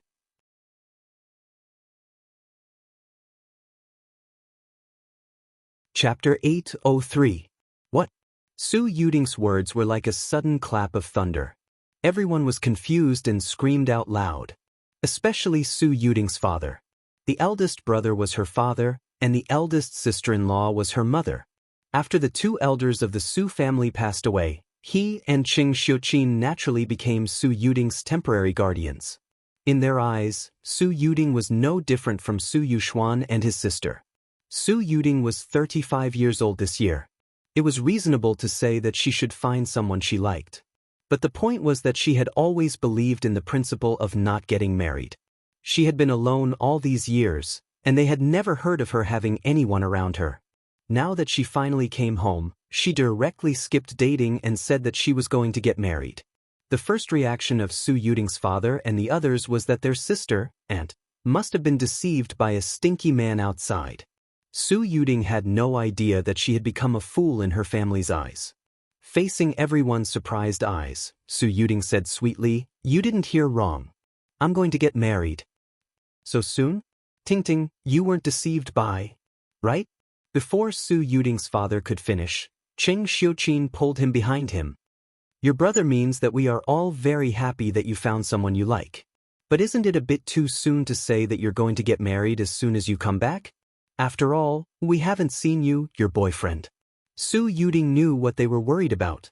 She opened her mouth and was about to explain when she saw a familiar figure coming in from outside. Su Yuding's eyes lit up slightly, and she waved at the person.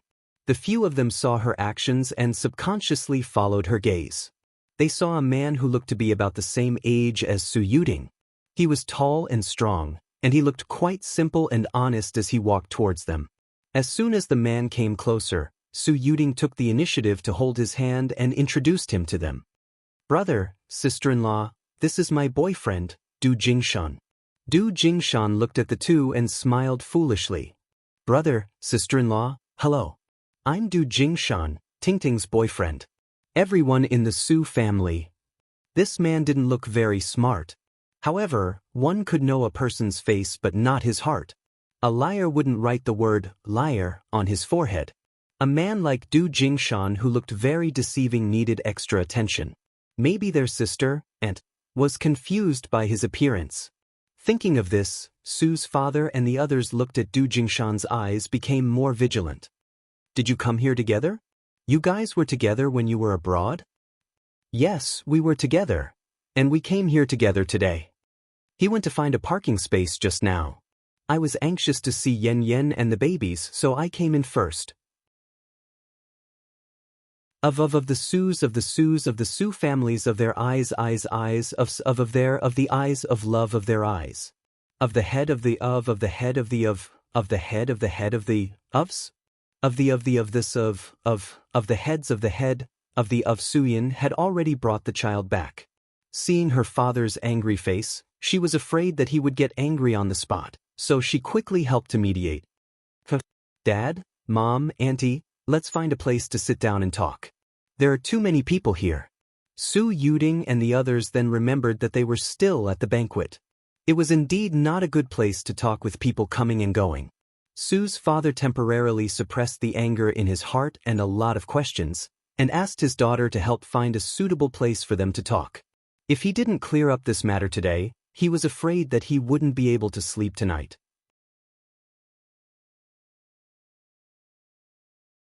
Chapter 804. The hotel they were in was originally Zheng Qianyang's property, and now it was temporarily transferred to Su Yian's name. It wasn't difficult for them to find a private room where they could have a conversation. Soon, the hotel staff helped them clear out a large private room and led them there. Huo Chenhuan was greeting the Lan family and did not come over immediately.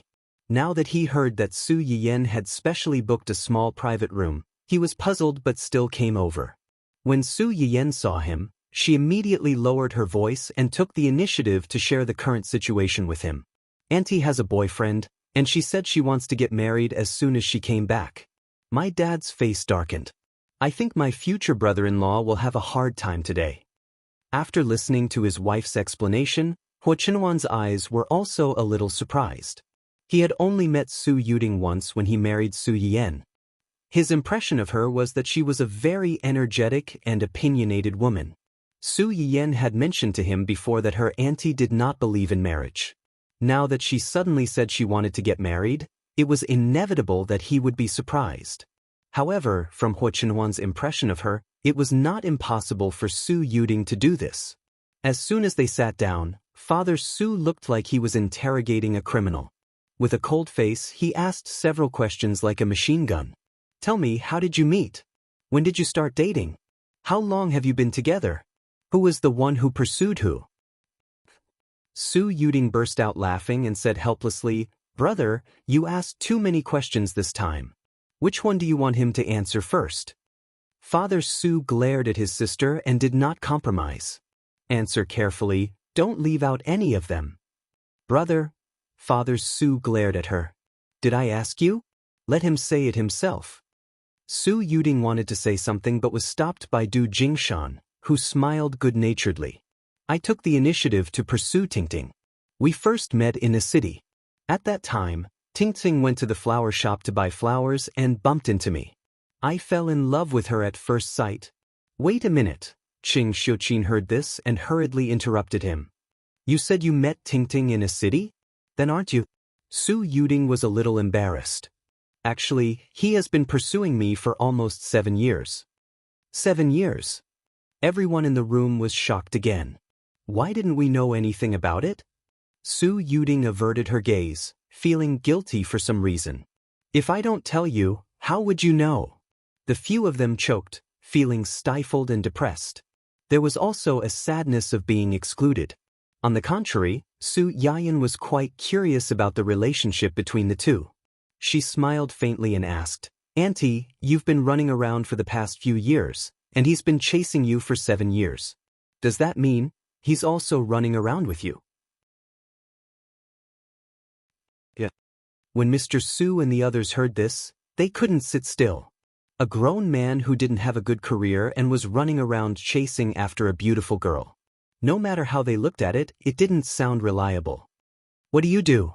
Du Jingshan subconsciously glanced at Su Yuding and said truthfully, "I was a venture capitalist in my early years.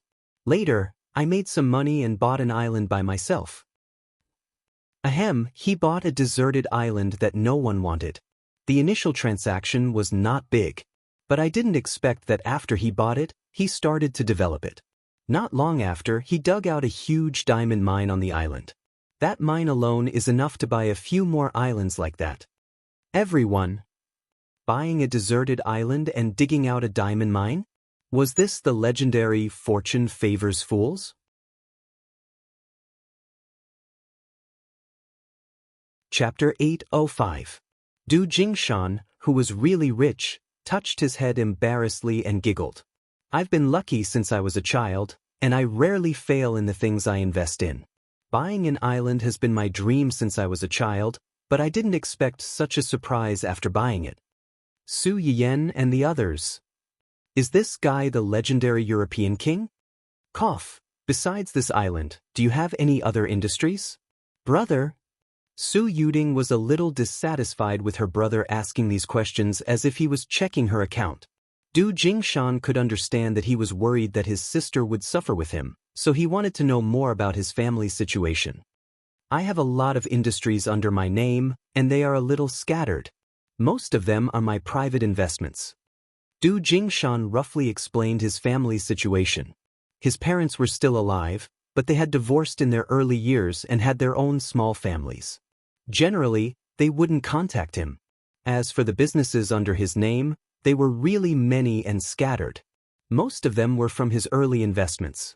He hadn't been very diligent in managing them over the years, but he had been able to maintain a basic profit and accumulate a large amount of wealth for him.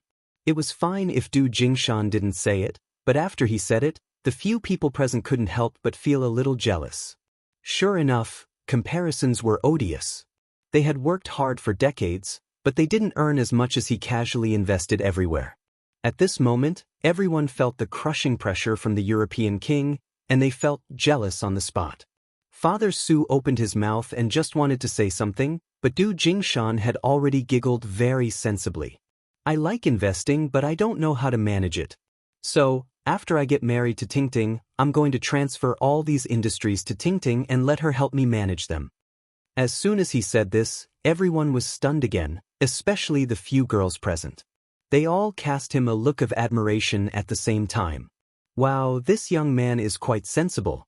He even knows to take the initiative to hand over his salary after marriage. In fact, when a girl cares about your little treasury, it may not be because she covets your money, but because she enjoys the care that you put in the tip of your heart. At least on this point, Du Jingshan passed the test. Just like Su Yuding, she was usually a very strong and independent person. When she heard Du Jingshan say that in front of so many people, her face couldn't help but reveal a little girl's shyness and sweetness. Su Yiyan, on the other hand, subconsciously glanced at Du Jingshan. She felt that compared to Wen Jingping and Hu Xiaofeng, this man in front of her was more like the son of heaven. He had the constitution of a koi fish. Putting aside the fact that he could earn money from whatever he invested in, the most important thing was that he didn't look like a bad person and had perseverance. He didn't know how to play tricks and snatch, and he wasn't like Hu Xiaofeng, who said that he liked you, but in fact, he never put you in the same position as him in his heart. If he didn't even show the least bit of respect, how could he gain the respect of others? Mr. Su choked. He really couldn't find fault with the person in front of him. He could only frown and ask, "You gave all your assets to Tingting. Aren't you afraid that she'll hold on to them and refuse to give them to you? If that's the case, you won't be able to invest whatever you want in the future."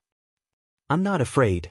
Du Jingshan smiled foolishly, with a sweet look on his face as if he had already thought about their future. If I really want to invest in something, I'll discuss it with Tingting. If it's reliable, I believe she'll understand. If it's not reliable, I'll have some time to cool down and not go out and spend money.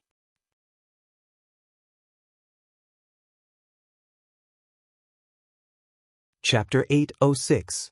Du Jingshan couldn't help but touch his head again, which seemed to have become his habit when he was nervous. I admit that I have some luck, but people say that the amount of good luck a person can have in his life is fixed. No one knows how long my good luck will last. Du Jingshan couldn't help but turn to look at Su Yuding. In the past, I was full and the whole family wasn't hungry. Now that I want to build a small family with Tingting, it's not enough to rely on these illusory things. It's best to work hard to make money. I won't let Tingting and our future children suffer. After hearing this, Mr. Su silently crossed out his initial impression of this person and added, "He's simple and honest, but he's not a fool. He knows how to take care of his wife and children. Not bad." When Cheng Xiuqin saw that her husband's expression had eased up, she knew that he didn't reject this future brother-in-law as much as before. Her lips curled up as she asked curiously, "You said that he pursued you for 7 years. When did you two officially get together?" The person who answered this question was not Du Jingshan, but Su Yuding. In fact, it hasn't been that long, just this year. To be precise, it was after attending the wedding of Su Yiyan and Huo Chenhuan. When Su Yuding learned that her favorite niece was going to marry a wheelchair-bound disabled person, she, like most people, thought that Su Yiyan was just angry. But when she went to the wedding in person and saw the interaction between the two, all the original imagination was overturned. Two people who really loved each other, no matter how hard they tried to hide it, they couldn't fool everyone. But because she saw that they really loved each other, Su Yuding became more and more confused. Why did her niece, who was almost spoiled by the whole family since childhood, fall in love with a man who couldn't even walk by himself? This doubt rose to the top after meeting Du Jingshan again. "What do you like about me?" Du Jingshan was stunned. He didn't expect Su Yuding to suddenly ask him this. He smiled embarrassedly and said, "I can't tell. The first time I saw you, there was a voice in my heart telling me that this is the person I want to be with for the rest of my life." "That's it?" "Of course it's not just that. At first, I only had a good impression of you. But the more I interact with you, the more certain I am that you are the other half that I want. I have a bad temper, I'm not particularly beautiful, and I don't know how to do housework. I have a lot of shortcomings. You can throw a tantrum at me if you're unhappy. In my eyes, you're the prettiest. You don't have to do the housework. I can do it. If you think I'm not good enough, you can hire a nanny. I'll learn."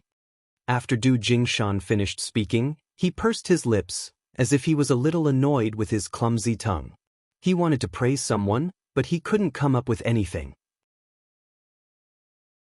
"Anyway, no matter how good other people are, I don't like them.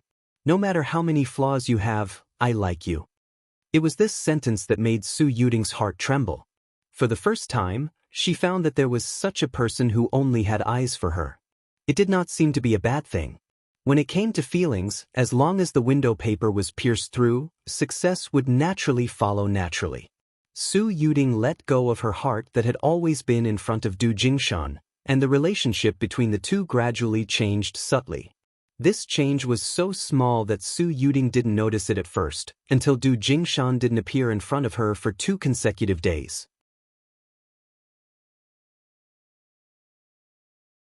Chapter 807. This was something that had never happened between the two of them ever since they met. In the past, even when she went out for a trip, Du Jingshan would follow her from a distance. He was like a guardian, carefully protecting his goddess, but he didn't dare to approach her because he was afraid of offending her. He always made sure that she could see his figure whenever she turned her head without disturbing her.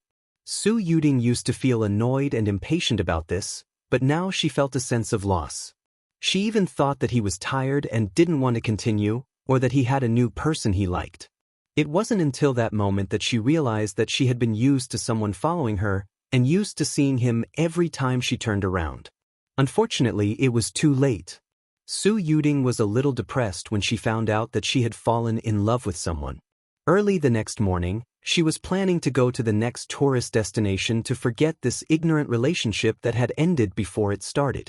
However, she saw someone standing at the door of the hotel with one hand in a plaster and a large bouquet of flowers in the other hand.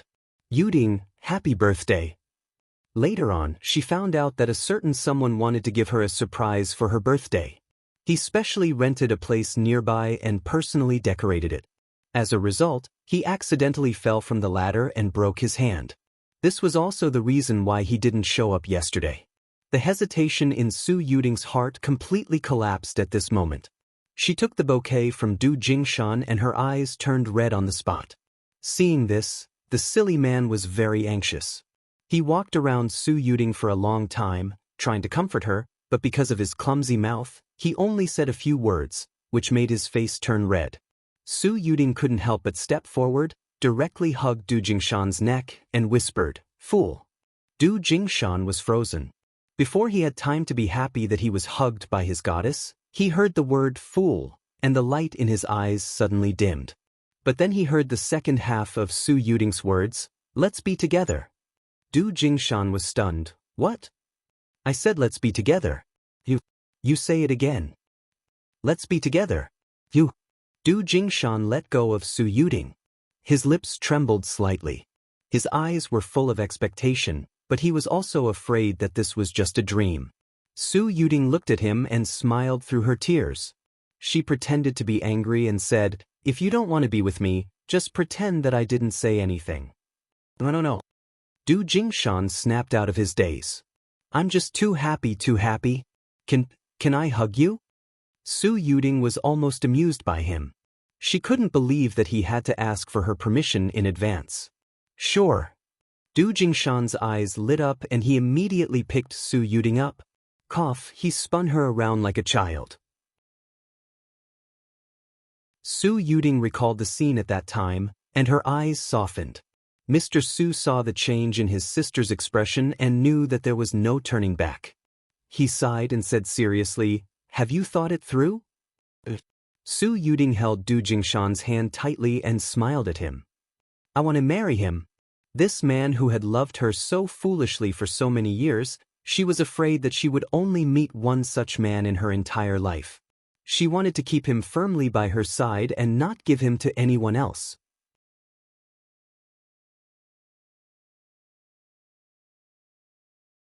Chapter 808.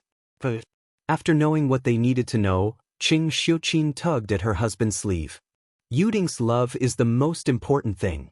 And I think Yuding has good taste. Little Du is quite good. He has pursued Yuding for so long, which shows that he is a sentimental person. Now, the most important thing is to take good care of Yuding in the future." Su Yen heard this and had a hard time holding back his laughter. "Mom, how could you call such a big guy who is 1.8 meters tall and as strong as a bull Little Du?" As if sensing Su Yen's emotions, little Xingxing also cried out. Cheng Xiuqin thought that he was echoing her, so she immediately laughed and teased him. "Baby, you think so too, right?" Little Xingxing saw that his grandmother was talking to him, so he cried even more loudly. Mr. Su wasn't as angry as before. His wife gave him a way out, so he didn't struggle much. All right. You make it sound like I'm the bad guy who's trying to break up a couple. You're not young anymore. You should know what you're doing." After that, he turned to Du Jingshan and said, "You look quite honest. I hope you are. I only have one sister. If you dare to bully her, I will never let you go." No. Du Jingshan hurriedly said, "I will treat Tingting well. I will not let anyone bully her. Brother, please rest assured. That better be the case." Mr. Su did not refute the way Du Jingshan called him, which meant that he agreed to the marriage. Su Yuding and Du Jingshan looked at each other and said cheerfully, "Thank you, brother." "What are you thanking me for? You chose it yourself. As long as you don't regret it." After Su Yuding and Du Jingshan talked about the matter, the atmosphere between them was not as serious as before. As the hosts of the banquet, Su Yiyen and Du Jingshan could not leave for long. A group of people quickly left the small private room and went to find the people from the Cheng and Lan families. Hua Chenhuan's short absence made the two families sit together by coincidence. Because Su Yiyan had casually mentioned Qin Shueru's pregnancy when they were in the Lan family, the two families quickly became familiar with each other. Cheng Juanhao and his wife, as well as Lan Minghan and his wife, brought their children over today. The Lan family's baby was 2 to 3 months younger than Little Porridge. He was also a boy. Is this your Bao Bao? He looked really sturdy. Previously, when young aunt came to our house, she mentioned that her aunt was also pregnant. She also shared with me many things that pregnant women should pay attention to. She said that she heard it from you. At that time, I really wanted to meet you. Qin Shueru did not expect such a reason. Her expression softened. I'm old. When I was pregnant with this child, my family was more nervous. Your baby looks so good. He's white and chubby, pink and tender. He's not like our baby, who's so black like a charcoal ball. The little guy from the Lan family rarely went out. His little face was round and white. Compared to Little Porridge, who was brought out to show off every day by his grandfather, who had become a charcoal ball under the sun, they were the polar opposite. At this moment, the little guy was staring at Little Porridge without blinking. He seemed to be wondering why this baby, who was about the same age as him, was so black. When old Master Cheng heard his daughter-in-law's words, he was not convinced. So what if he's black? It's healthy to be black. Yan Yan was much darker than him when he was young. Su Yiyan, who had just walked closer with the baby in her arms, heard this. Grandpa, can you not sentence me in public so easily? Give your granddaughter some face.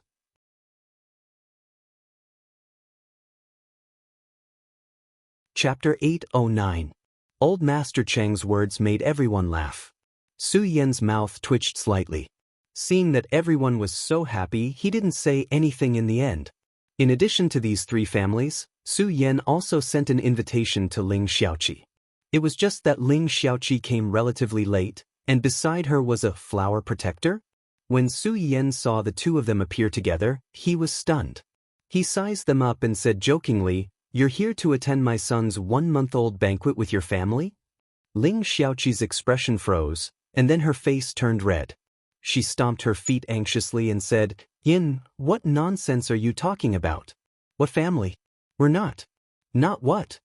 Ling Xiaoqi choked and stole a glance at Ning Xiyuan. "It's not what you think." Oh.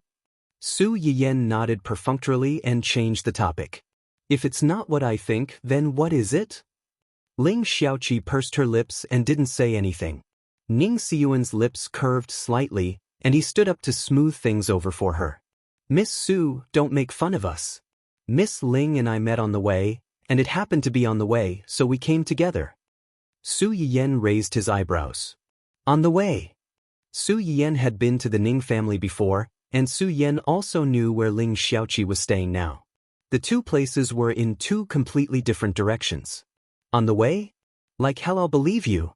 However, considering that Ling Xiaoqi was thin-skinned, he might really anger her if he continued to tease her. It's indeed not safe for a girl like Xiaoqi to come out at night. I feel much more at ease now that President Ning can send her here on the way. Thank you. Miss Su, you're too polite. It's just a small matter. The two of them looked at each other with a tacit understanding and laughed. Just then Hua Chenhuan came over. Su Yiyan stuffed her baby into his arms and said in a low voice, "I'm going to the bathroom. You take the baby and greet them. I'll be back soon."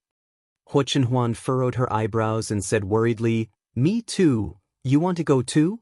Before Hua Chenhuan could say anything, Ling Xiaoqi, who had been eavesdropping, spoke first with a subtle expression, "Are you too serious?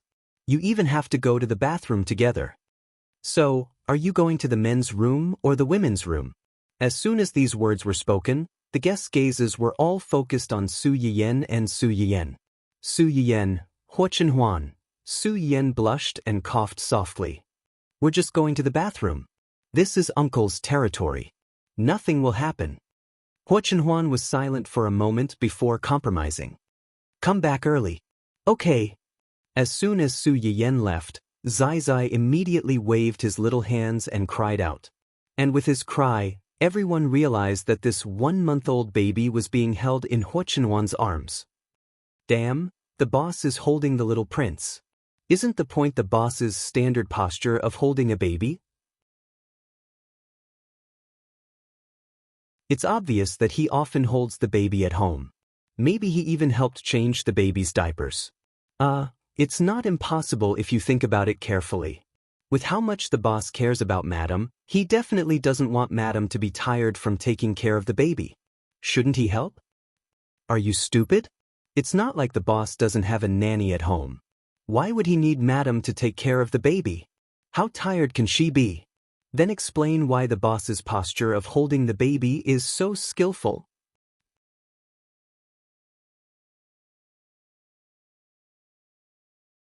Chapter 8:10. She was met with a long silence. After some time, someone covered his face and wailed softly. The domineering So turned into a virtuous stay-at-home dad in a second. This is too much of a shock. I need to calm down. Ning Siyuan also needed to calm down.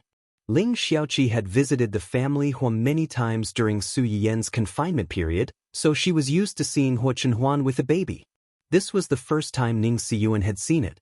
His gaze drifted to the child. He happened to see Huo Chenhuan looking down at Zai Zai in his arms. The father and son looked at each other, and the atmosphere was a little tense. If it had been anyone else, they would have cried when they saw Huo Chenhuan's cold face. However, the little guy seemed to be very happy. He waved his arms and babbled. Huo Chenhuan didn't know what he was saying. He shook him twice symbolically and asked with a serious face, "Are you hungry? Or do you want to pee?" Ning Siyuan, wake up. He's only a month old. He cries when he's hungry or peeing. Do you think he needs to tell you in advance? The employees who were gathered together and whispering not far away had already recovered from the initial shock. Once they accepted Huo Chenhuan's stay-at-home dad side, their feelings towards their big boss instantly became complicated. On one hand, they felt that this was definitely not the domineering big boss who could stop children from crying at night. On the other hand, they felt that this big boss was too down-to-earth. They were in the same world and had the same father. No matter who you were, you had to feed your child and change his diapers when you became a stay-at-home dad. There were even a few people who were thinking rebelliously, "Little prince, give me a piss. I want to see the big boss change the little prince's diapers." A few female employees were mesmerized by Su Yiyan's baby's beauty. They were itching to take a few photos of the baby. Huo Chenhuan was holding Zai Zai. Father and son were in the same frame. To them, this was a scene from the heavens. His claws were restless, and he wanted to take out his phone to take a picture of this scene. However, he did not forget the identity of these two people and did not dare to act rashly. On the other hand, Yu Ziyan and the other two didn't have as many concerns.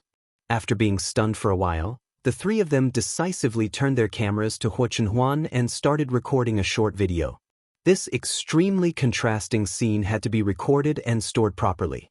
If Huo Chenhuan left them to work overtime in the future, they could take out this video and watch it. It would also be a consolation. As for whether he would be held accountable by Huo Chenhuan, in a while, they would pass a copy of this to young Madam. With young Madam around, no matter how angry young master was, he wouldn't do anything to them. They were really clever. Su Yiyan, who had no idea that she had become a scapegoat, couldn't wait to go back to see the little brat after going to the bathroom. In her anxiety, she did not notice that there was someone in the corridor outside the bathroom. One ran out, and the other walked in. The two of them inevitably bumped into each other. Su Yiyan screamed and subconsciously leaned back. She thought that she was going to fall to the ground this time, but an excessively white hand suddenly reached out and accurately grabbed her wrist, forcibly pulling her back. Su Yiyan steadied herself and patted her chest with lingering fear. She didn't come back to her senses for a long time, until, "Are you okay?" Su Yiyan finally remembered the person who bumped into her. She looked up and narrowed her eyes. Before she could finish speaking, she seemed to have realized something. Her face suddenly darkened. Damn it, this guy was still holding her hand and not letting go.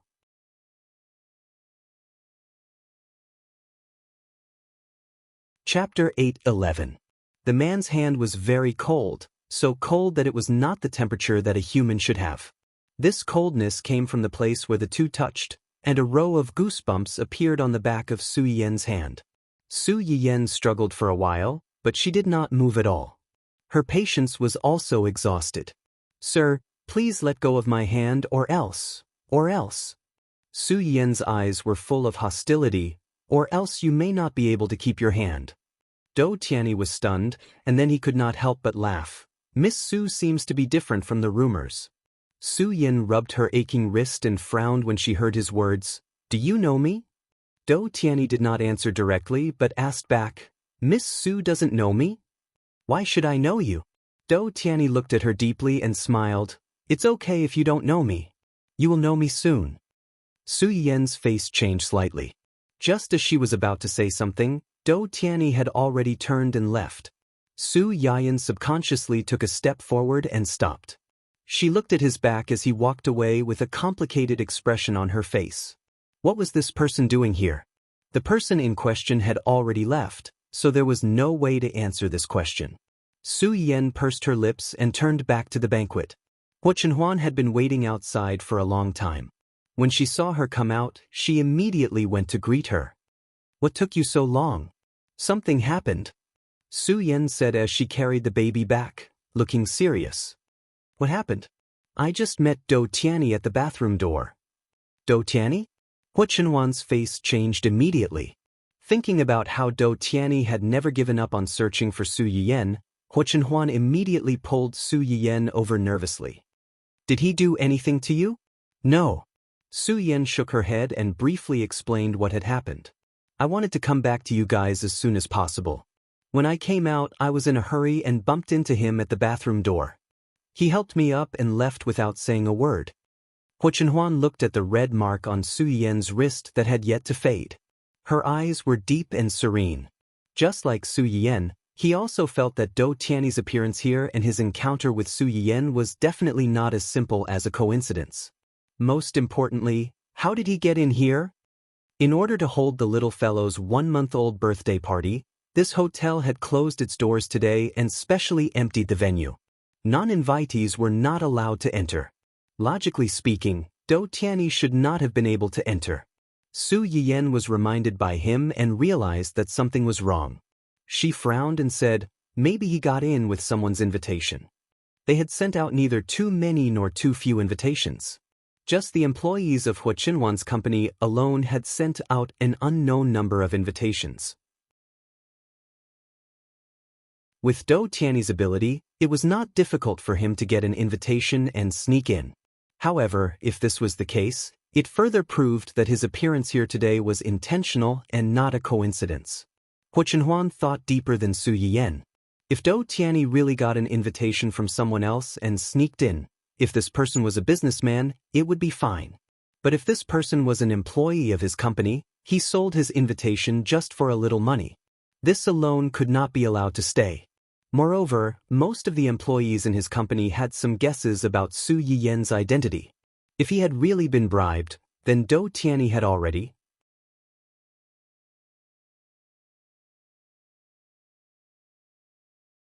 Chapter 8:12. Huo Chenhuan's eyes were cold.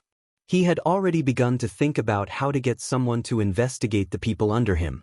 Although Su Yiyen didn't think as much as he did, she could guess the main reason why Do Tianyi suddenly appeared here. "Chenhuan, do you think he already knows?" "Knows what?"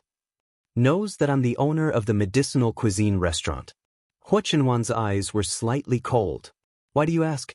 "He just called me Miss Su directly and asked me how I didn't know him. From his tone, he seemed to be very sure that I know him, but I haven't met him before." At least, she hadn't met him as the miss of the Su family and Huo Chenhuan's wife.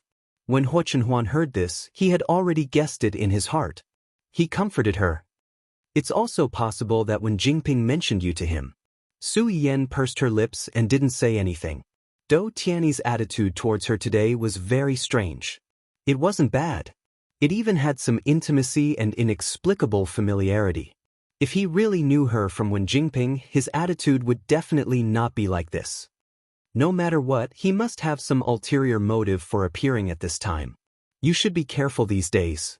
Don't contact him. Although she said so, Su Yiyan certainly wouldn't take the initiative to contact him. However, judging from today's situation, someone might not have such self-awareness. The banquet in the hotel was still in full swing. No one noticed that someone had left early. Outside the hotel, a black car that almost blended into the night waited for a long time. Finally, its real owner arrived. "Boss." Liu looked at the man who sat in the back seat. His face was as pale as paper, and some cold sweat could be faintly seen on his forehead. She looked worried. Dou Tianyi leaned against the back seat for a while. Finally, his face was not as ugly as before. "I'm fine."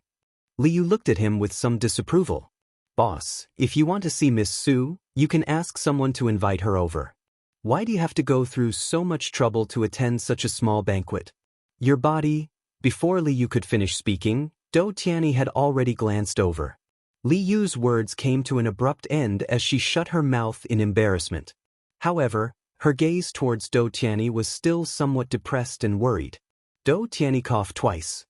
His face regained some color, and his eyebrows were slightly furrowed. He was a little annoyed. He had only been out for a short walk for less than an hour, but he was already so tired. His body really couldn't drag on any longer. "Invite her? Are you sure?" Liu choked for a moment. Putting aside the fact that Miss Su was not willing to come when they invited her, just the bodyguards around her were not simple. Even if they used force, they might not be able to bring him out. Even so, you don't have to be in such a hurry to see her. It's not like you don't know that Miss Su's impression of you right now might be. I know that her impression of me definitely won't be good. Then some people and some things are just rumors. Seeing is believing. Dou Tianyi knew that because of Wen Jingping and the drama in Hai, Su Yiyan might already know about him and might not have a good impression of him. However, he still wanted to see with his own eyes this woman who might be able to let him live a few more years. He wanted to see if she was as good as the rumors said, and if she was worthy of his special treatment.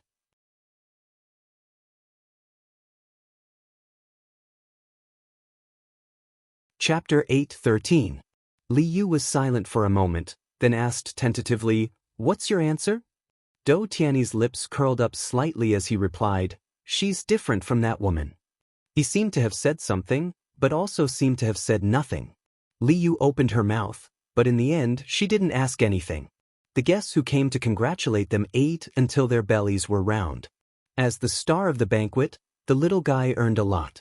Su Yiyan and the others felt relieved and didn't accept the red packets from the company, but they couldn't stop the Chung family and the Lan family from bringing gifts directly. Su Yiyan and Liu naturally couldn't ask people to take it back, so they helped the baby keep it.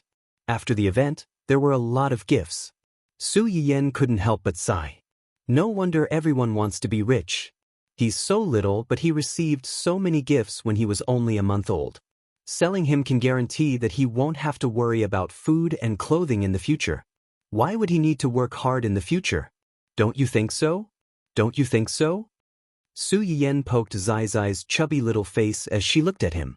Zai Zai thought that she was playing with him, so he moved his hands and opened his mouth to smile, revealing his toothless teeth and the little dimple on the right side of his face. This dimple was inherited from Su Yiyan. When she was young, Qing Xiuqin especially liked to poke her dimples. Now, Su Yiyan liked to poke her own Zai Zai. It could be said that they came from the same lineage. Huo Chenhuan looked at his wife and child from the side, and his eyes were full of a warm smile. They have to be returned. Outsiders always talked about how rich people were, but in fact, rich people were also people, and they also had relationships. No matter how many gifts others gave their children, they would have to return them in the future. It was like children happily receiving red packets during the new year, but they didn't think about how many red packets others gave them. Their parents had to return the same amount. They even had to add more when they returned. That's true. Su Yiyan suddenly stopped being envious. She tidied up all these things and held them in her arms. Okay, these are all mine. Huo Chenhuan? As if she could read Huo Chenhuan's mind, Su Yiyan smiled a little treacherously. There is a kind of love in this world called Mom and Dad help you save your red packet. Huo Chenhuan was amused by her. You are so experienced. Did you encounter the same thing when you were young?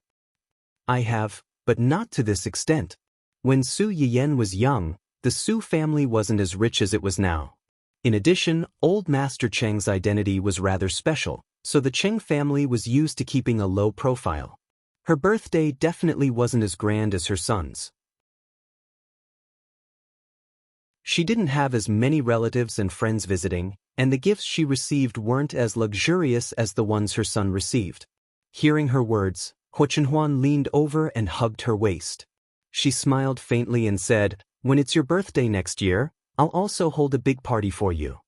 Su Yiyan couldn't help laughing. "I'm not a child anymore," she rebuked. "It's not like only children can celebrate their birthdays. Besides..." Huo Chenhuan didn't finish his sentence.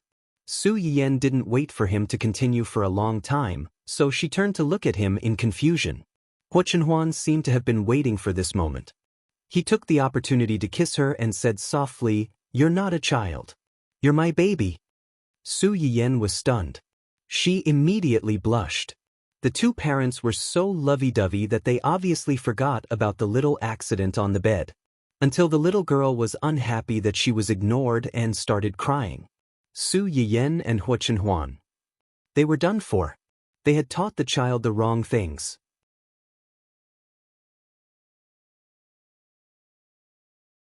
Chapter 8:14. After the baby's 1-month-old celebration, Su Yiyan was also out of confinement. Dun Dun, who had been fostered at Ling Xiaoqi's place, was also sent back. Along with it was the little male puppy that Hua Hua gave birth to.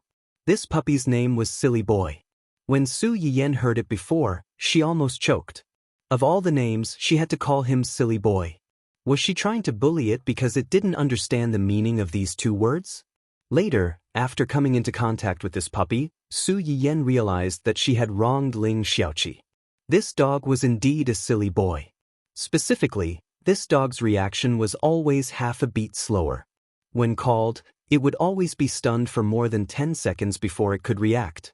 In addition, this dog was the largest of the 3 dogs that were born at the same time. When it was at Ling Xiaoqi's house, the little guy was always very enthusiastic about helping his sister lick her fur.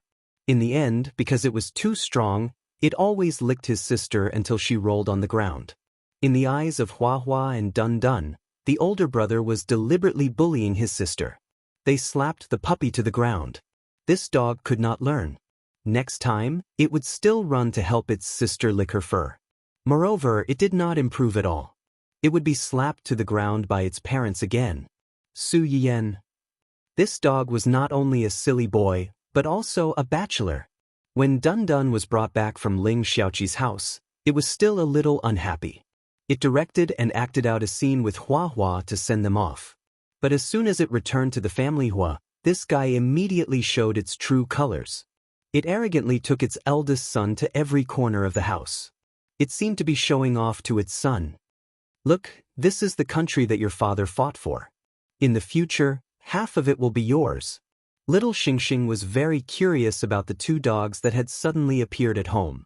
When it held the milk bottle and drank milk, its eyes stared unblinkingly at the 2 dogs' buttocks. When Su Yiyan saw this scene, he suddenly remembered that when he had first flirted with Huo Chenhuan, he had used Dun Dun's heart-shaped butt. The little fellow was the fruit of her and Huo Chenhuan's love. Su Yiyan did not find it strange that she was interested in this. Instead, she felt like laughing. Dun Dun, on the other hand, had an innate sense of superiority towards this new 2-legged beast. This was the 2-legged beast that came out of its master's stomach. It looked really fragile. It had been more than a month, but it still needed to be carried around. It couldn't even walk on its own. Forget it, forget it. Seeing that this 2-legged beast looked quite similar to its master, it would share some of its territory with him. Ling Xiaoqi raised the 2 dogs very well. They had been vaccinated, and she often bathed and groomed them. Su Yiyan did not guard against them and did not allow them to get close to the child. At this moment, he saw Dun Dun take the initiative to approach little Xingxing. It even put its paws on the side of little Xingxing's cradle and helped to push it. There was a hint of a smile in his eyes. In the eyes of Su Yiyan and Huo Chenhuan, The baby's full moon ceremony was just a small ceremony to share with friends and relatives that there was a new member in the family. However, in the eyes of some people, the impact of this ceremony was far more than that. This point was greatly demonstrated in the following week. The head of the technical department. Report. The flower of the human resources department is no longer single. As soon as this message appeared in the company's large group chat, it immediately caused a huge commotion. The pillar of the publicity department. In the end, it was the wrong choice. Bloodtears. JPG. Everyone in the company knew that the big boss of the publicity department liked the flower of the human resources department. He had been pursuing her for a long time but had not been able to win her over. They did not expect that in just a few days, someone else would intercept him.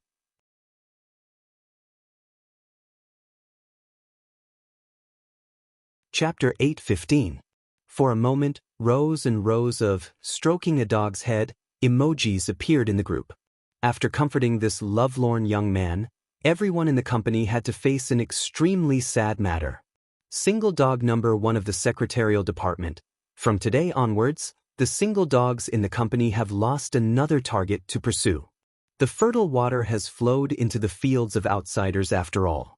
Vicissitudes of life lighting up cigarettes. JPG flower of the technical department. This is the 6th this week, right? After the most popular guy in the technical department, the flower of the publicity department, Little Wu from the legal department, Little Zhang from the finance department, and Little Li from the logistics department, the flower of the human resources department also could not escape the love magic network. Lady at the front desk. QQ, why are so many people no longer single, but I'm still single? The person pursuing Little Wu seems to be an especially handsome, rich second-generation heir.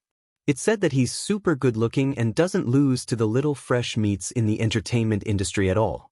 Sob sob sob, when will such a handsome and rich man like me take a fancy to me? I just want to be in a sweet and romantic relationship. Lady at the publicity department. Good girl, stop dreaming, you're shameless. Flower of the technical department. Above me, love at first sight is not about love, it's about face. Although others might be able to see your brilliance after coming into contact with you, who would be able to see you if you didn't have a beautiful face that still shone brightly in the crowd? Not to mention interacting with you. The lady at the front desk did not receive a reply for a long time after she sent this message. Flower of the technical department? Where is she? Little number 2 at the front desk. She ran away to cry. Flower of the technical department. Brother at the secretarial department. Speaking of which, the recent singles seem to have all met at the little prince's 1-month birthday party. Lady at the publicity department. That's normal. Usually, there are only a few people around. If there was a call, it would have come long ago. If you go to the party, you can meet more people you haven't met before. Maybe you'll fall in love. Brother at the secretarial department. What I mean is, there are so many single dogs in the company. Are you really not considering having a social gathering with the other subsidiaries? Everyone. After a short silence, many people had an exclamation mark in their hearts. That's right. Facing these old rookies all day long, when would they be able to get out of singleness? They might as well have a social gathering. Maybe their prince, princess, on a white horse would appear. A large number of single dogs in the company began to stir, but they did not dare to run directly to the boss to make a request. They could only secretly run to their own department heads to give feedback. Then, it would be passed on to Yuzian and the others. Just like that, Yuzian and the others inexplicably received a lot of proposals for the future development and reform of the company from various departments.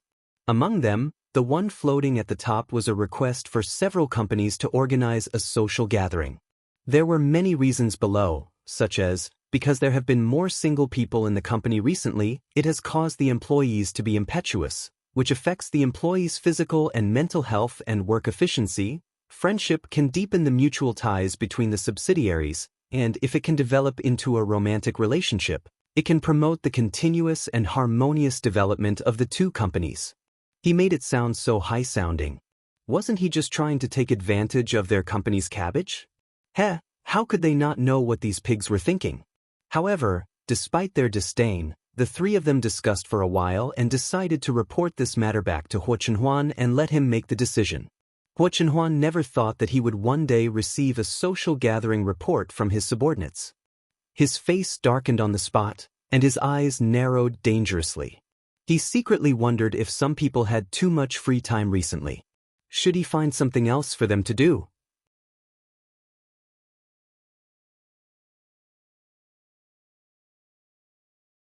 Chapter 8:16. Chu. Yu Zian sneezed loudly. He wrapped his arms around his chest and shivered from the cold. Why do I feel so cold all of a sudden? Am I suffering from some kind of terminal illness? Should I ask young mistress to take a look at me? Hearing this, Gu Xiaoyang rolled his eyes. From experience, this kind of situation usually means that you are about to face a great disaster. Disaster? Yu Zian's expression changed immediately. What disaster? I haven't done anything recently. Did you forget the proposal we sent to young master this morning? You mean? Yu Zian's expression stiffened, and he said with some hope, this matter shouldn't be so serious that it's going to be a disaster, right? Gu Xiaoyang didn't comment. Who knew what young master was thinking? Yu Zian and the others didn't realize that they were on the verge of death. They kept jumping around and could send themselves to hell at any time. Su Yiyan had just gone upstairs when she saw her man sitting in front of the floor-to-ceiling window with a dark face. She couldn't help but feel a little strange. What's wrong? Did something happen at the company? Nothing. Why do you look so upset? Su Yiyan said as she sat in Huo Chenhuan's arms and poked his face. Su Yiyan was probably the only person in the world who dared to treat him like this, and he didn't have to worry about Huo Chenhuan's revenge. Huo Chenhuan let her poke him a few times before he grabbed her hand and explained the matter briefly. Friendship party? Su Yiyan blinked in surprise and curiosity. Why do you want to have a friendship party all of a sudden? Huo Chenhuan looked at her with a complicated expression. This might be our fault. How does it have anything to do with us? Huo Chenhuan didn't say anything. Instead, he pulled up the discussion in the company's group chat so that she could understand the matter more directly. Unexpectedly, Su Yian's first reaction when she saw the group chat was, "You actually opened a SMUF account in the company's group chat." Huo Chenhuan. Was that the main point? Moreover, what's wrong with opening a side account? Who didn't have a few sock puppets these days? I'm still a sock puppet in your live stream. Su Yiyan naturally knew this as well. After complaining, she began to look at the chat records of the company's employees. Only then did she realize that the reason why they wanted to hold a social gathering was that on the day of the full moon banquet, several of the company's single partners had left their single partners. As a result, the company was overflowing with dog food, and the single dogs were dejected. The corner of Su Yiyan's mouth twitched. She really couldn't understand how the baby's full moon celebration had turned into a blind date. I won't take the blame for this. Obviously, it's them, Tortoise and Green Bean, who like each other. What does it have to do with us? Maybe they already know each other, but they just haven't confirmed their relationship before. Huo Chenhuan looked at Su Yiyan's fearful expression, and her face was not as dark as before. She chuckled softly and said, "According to what I know, these people who have left their single partners all harmoniously discussed the food they ate that night, and strongly recommended a few dishes to each other. Only then did they like each other and develop a relationship." What the hell? Hooking up with each other so easily? Are you sure these people who have left their single partners aren't foodies? It's getting harder and harder to understand the thoughts of young people these days. Huo Chenhuan couldn't help but laugh. Then why don't we not let them hold it? Don't. Su Yiyan looked at Huo Chenhuan plaintively. Let them hold it. It's bad enough that the singles are abused. If this drags on, perhaps no one will want them in the future.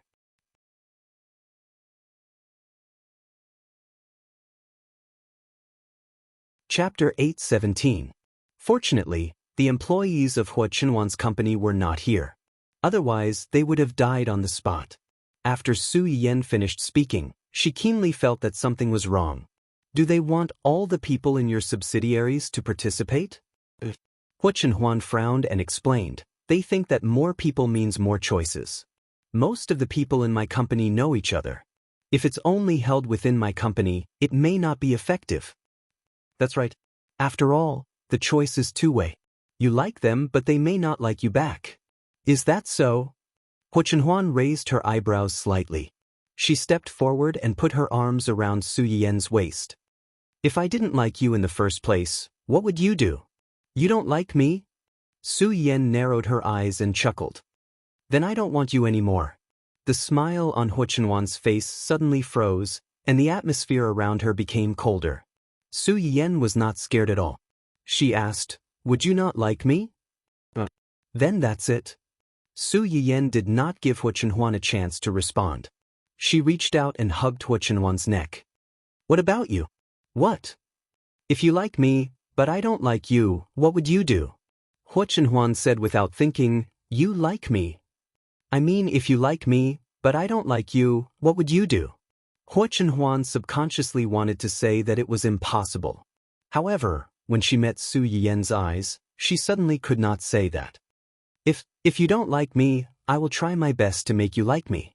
How will you try your best to make me like you? Huo Chenhuan was stunned. She met Su Yiyen's eyes. The unspeakable thoughts in her heart suddenly came out, and the hands holding her trembled slightly. It wasn't fear or anger, but excitement. I will hide you in a place where no one can see you. I will be the only one there. I won't hurt you, but I will imprison you and restrict you. I won't let you meet anyone, and you can only have me in your world. I will make myself your world. In the end, Huo Chenhuan couldn't bear to hurt her. No matter how much he wanted to force her to fall in love with him, he didn't dare and didn't want to hurt her. Su Yiyen had always been aware of Huo Chenhuan's subtle possessiveness towards her. Back when her legs were crippled, she might have been able to restrain it. But now, this possessiveness was becoming more and more obvious. She just didn't expect that Huo Chenhuan had held back for so long and only had the idea of imprisoning her. She thought that she would have to experience mental and physical torture, especially the melodramatic entanglement of getting your heart even though he couldn't get you. It wasn't exciting at all. Why did she suddenly feel a little disappointed? At that time, if Huo Chenhuan had known what Su Yiyen was thinking, he would have realized that all these years of endurance were useless. He would have turned into a wolf on the spot and executed Su Yiyen on the spot. You're giving advice in hindsight. Su Yiyen curled her lips and glared at Huo Chenhuan with disgust. I don't know who was the one who didn't even dare to appear in front of me. She watched her nephew get engaged with me and was indifferent. I wasn't indifferent. Before Su Yiyen finished speaking, Huo Chenhuan had already interrupted her. I wasn't indifferent. When you got engaged, I was so jealous that I wanted to kill someone.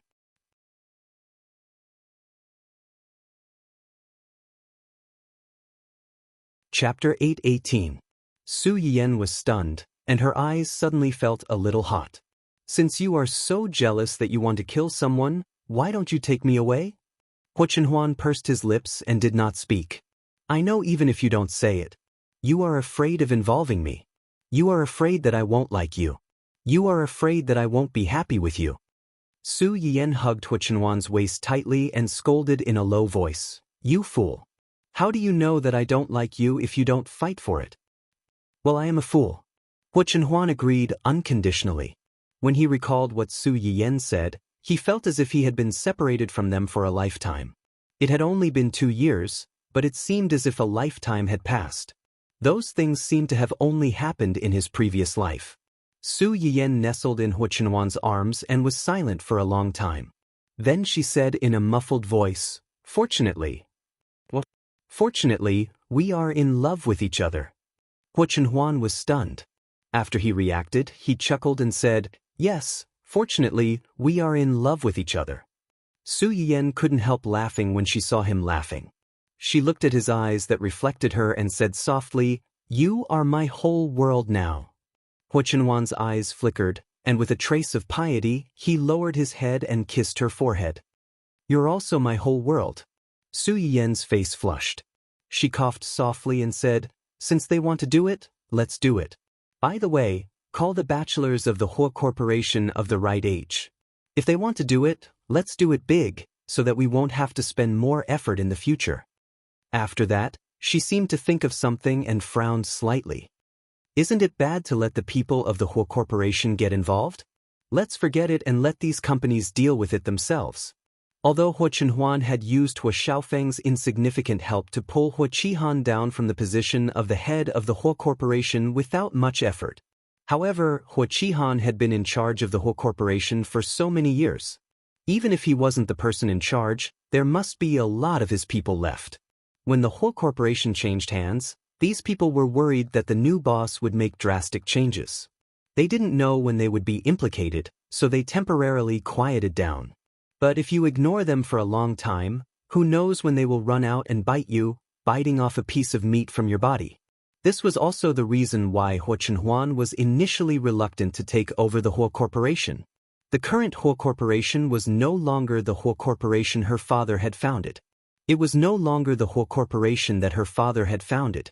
The various forces were intertwined, and no matter what, they would be eaten into an empty shell sooner or later. If they were to spend the effort to get rid of them, it would be better to directly overthrow them and rebuild a new company. It's okay. Your suggestion is very good. Let's do it. Su Yiyan looked surprised. Are you okay? It'll be fine. Xiao Yang and the others will keep an eye on it. Maybe we can use this to lure out some people who are unwilling to be left out. In that case, you will have contributed greatly. Su Yiyan was stunned for a while before she understood what Huo Chenhuan meant. She exclaimed, "You mean a honey trap? Why is it a honey trap and not a honey trap? That's fine, but aren't the companies under you all engaged in research and development? Generally speaking, aren't there more boys in this kind of business? The success rate of a honey trap should be higher than a honey trap." To be honest, it did make sense. So, is it what I think it is? It is. Sure enough, you people who play tricks have dirty hearts. You can think of a honey trap for a good blind date. You are too scheming.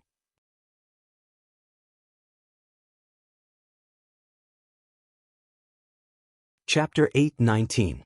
Su Yiyan, who was busy lamenting about how scheming capitalists were, had obviously forgotten that the initial incentive for this handsome man trap came from her casual suggestion. By the way, speaking of the Huo Corporation, how is the matter with Huo Xiaofeng? Hearing Su Yiyan ask about Huo Xiaofeng, the smile on Huo Chenhuan's face immediately disappeared. Su Yiyan saw the change in his expression and frowned. He still refuses to talk? Is he deliberately playing with us?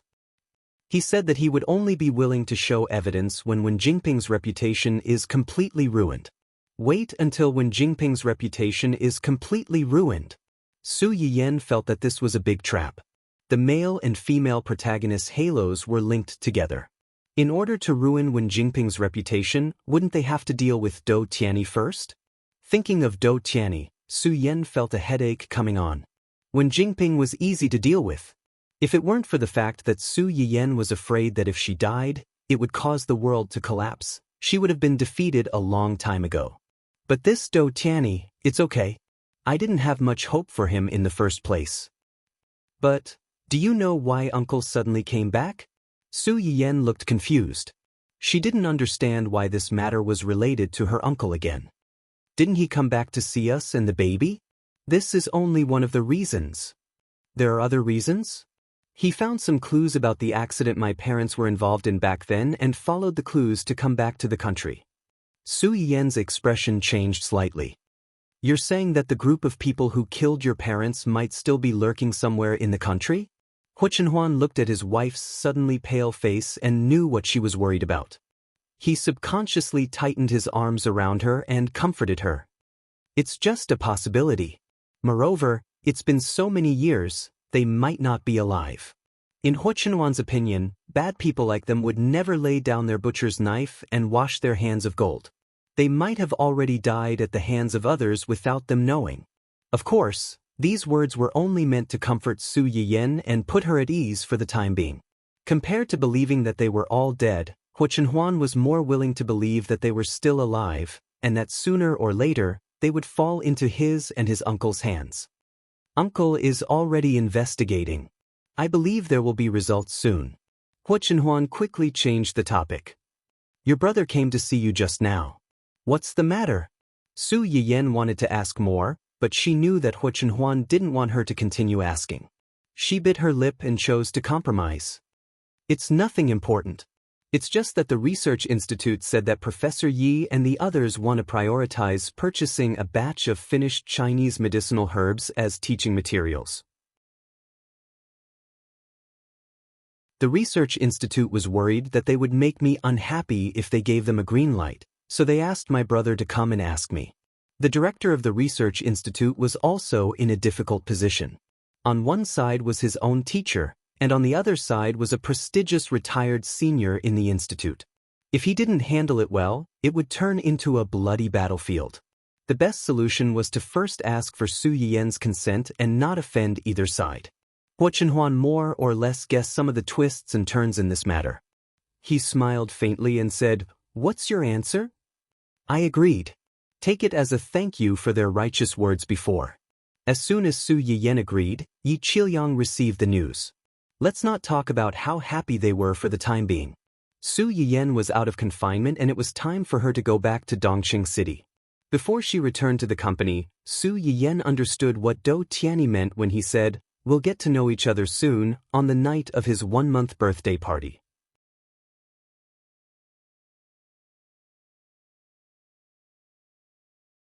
Chapter 8:20. Yan Yan, welcome back. Su Yiyan had just entered Dongqing when she bumped into Xia Junxing, who had specially come to pick her up. Brother Junxing, thank you for your hard work while I was away. It's my pleasure. Xia Junxing smiled and led Su Yiyan upstairs. Returning to her office after half a year, Su Yiyan felt like a lifetime had passed. Especially since she had been busy with her pregnancy and postpartum confinement, Xia Junxing had not bothered her with the company's internal affairs as long as they were not too important. After being idle for so long, Su Yiyan was not used to suddenly returning to work. Fortunately, after sitting down, Su Yiyan quickly regained her composure and went straight to the point. You said on the phone that Hai Yi wants to work with us? Yes. Xia Junxing handed the proposal that he had prepared earlier to Su Yiyan. This is the proposal that they sent over. Su Yiyan took the document and flipped through it. They want to work with us on a variety show and a Xianxia TV series? Yes. Hai Yi also specifically pointed out that if the cooperation is successful, Hai Yi will send Zhong Yi to take charge of the variety show and Zhuo Wanshu will join the series. Zhong Yi's position in Hai Yi was just like Shui Kaiwei and Hong Hui's position in Dongqing. Hai Yi was indeed sincere to write him into the cooperation proposal. As for Zhuo Wanshu? Su Yiyan raised her eyebrows. The second female lead who had a fight with Wen Jingping? Yes, that's her. Hai Yi is really willing to spend a lot of money. Although Zhuo Wanshu's PR was done well and created the image that she was dedicated to her work, she had to withdraw from the cast due to her illness so as not to drag the crew down.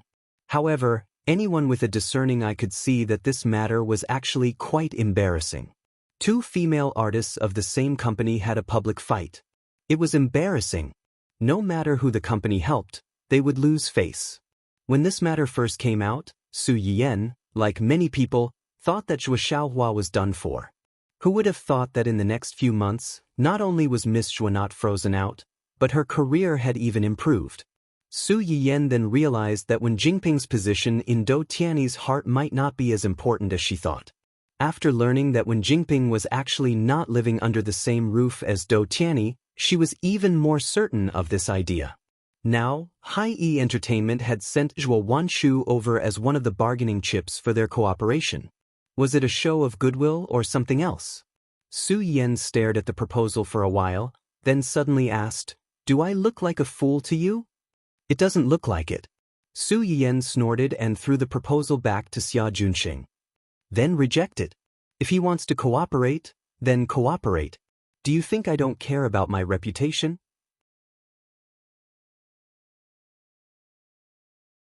Although there were no eternal enemies in the business world, only eternal benefits. However, Dou Tianyi was a strange person, and his attitude towards her was inexplicably ambiguous. He was not a good person to cooperate with. Xia Junxing was relieved when he heard what she said. Obviously, he was not optimistic about this cooperation. "How's the company doing while I was away?" "It was pretty good. The artists you had your eyes on are now on the right track. According to the route you arranged for them, they did not arrange too many jobs or endorsements. They focused on learning." Su Yiyan was suddenly interested. "Didn't they complain at all?"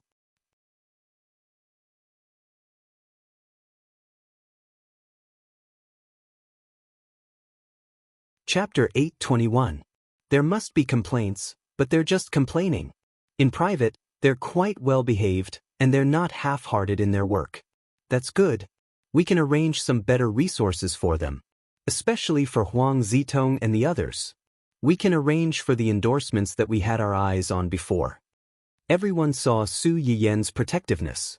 The reason why she didn't give these people a lot of resources from the beginning was because she wanted to give them two reasons. Firstly, he wanted to give these people some time to find their own positions. Secondly, he wanted to see how these people's mental fortitude was after suddenly becoming famous. The reason why this industry was so flashy was that some inexplicable dirty things were one reason. Another reason was that artists liked to be arrogant when they became famous. What she wanted was a money tree that could suck in money for a long time. She didn't want to be a weed that could be trampled on by anyone who wanted to dig their own grave. How are the filming of the dramas that you invested in before? A few of them have been finished. The fast ones have been submitted for review, and the slow ones are still in post-production editing. It may take a month or two to finish filming the period dramas and xianxia dramas that have relatively long plots. Su Yiyan's eyes flashed slightly and she nodded. Su Yiyan received an olive branch from Hai Yi as soon as she went to work. She was in a subtle mood. On the other side, Huo Chenhuan, who had shamelessly taken more than half a year of paternity leave, also encountered a little trouble. Ever since Huo Chenhuan had appeared at the company's shareholders' meeting and removed Huo Qihan from the position of the company's head at lightning speed and replaced him, Huo Qihan had been looking for trouble with Huo Chenhuan. Unfortunately, Huo Chenhuan didn't give him the chance.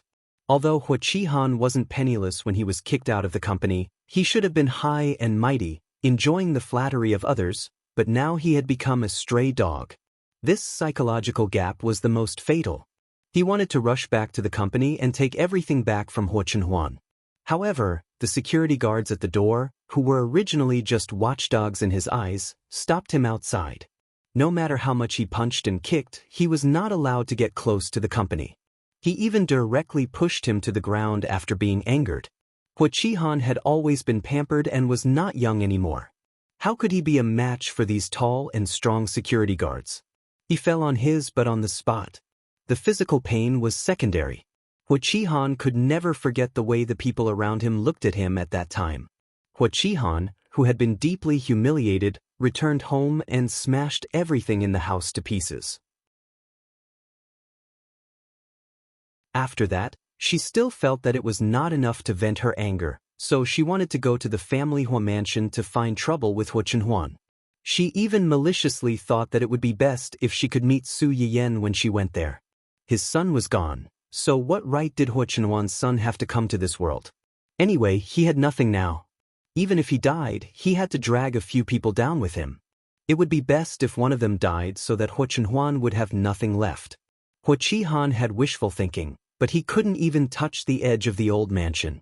Huo Qihan went back and lost his temper again. He wanted to find someone to help him, but he found that the people who usually came and went at his beck and call had already hidden far away. It was good enough that they didn't take advantage of the chaos to trample on him, let alone help him. Before he could do anything, bad news came from home. Huo Xiaofeng rushed into the old house where they lived with a few people and took away all the cash and jewelry in the family. Huo Xiaofeng's move was tantamount to the last straw that broke the camel's back. You're tuning in to the Passion Pages YouTube channel. We're so grateful for your support, and don't forget to subscribe to join us on this incredible journey through captivating stories. Your generosity through donations truly makes a world of difference, as it's the primary source of revenue that allows me to expand and enhance this channel for you. Thank you from the bottom of my heart for being a part of this adventure.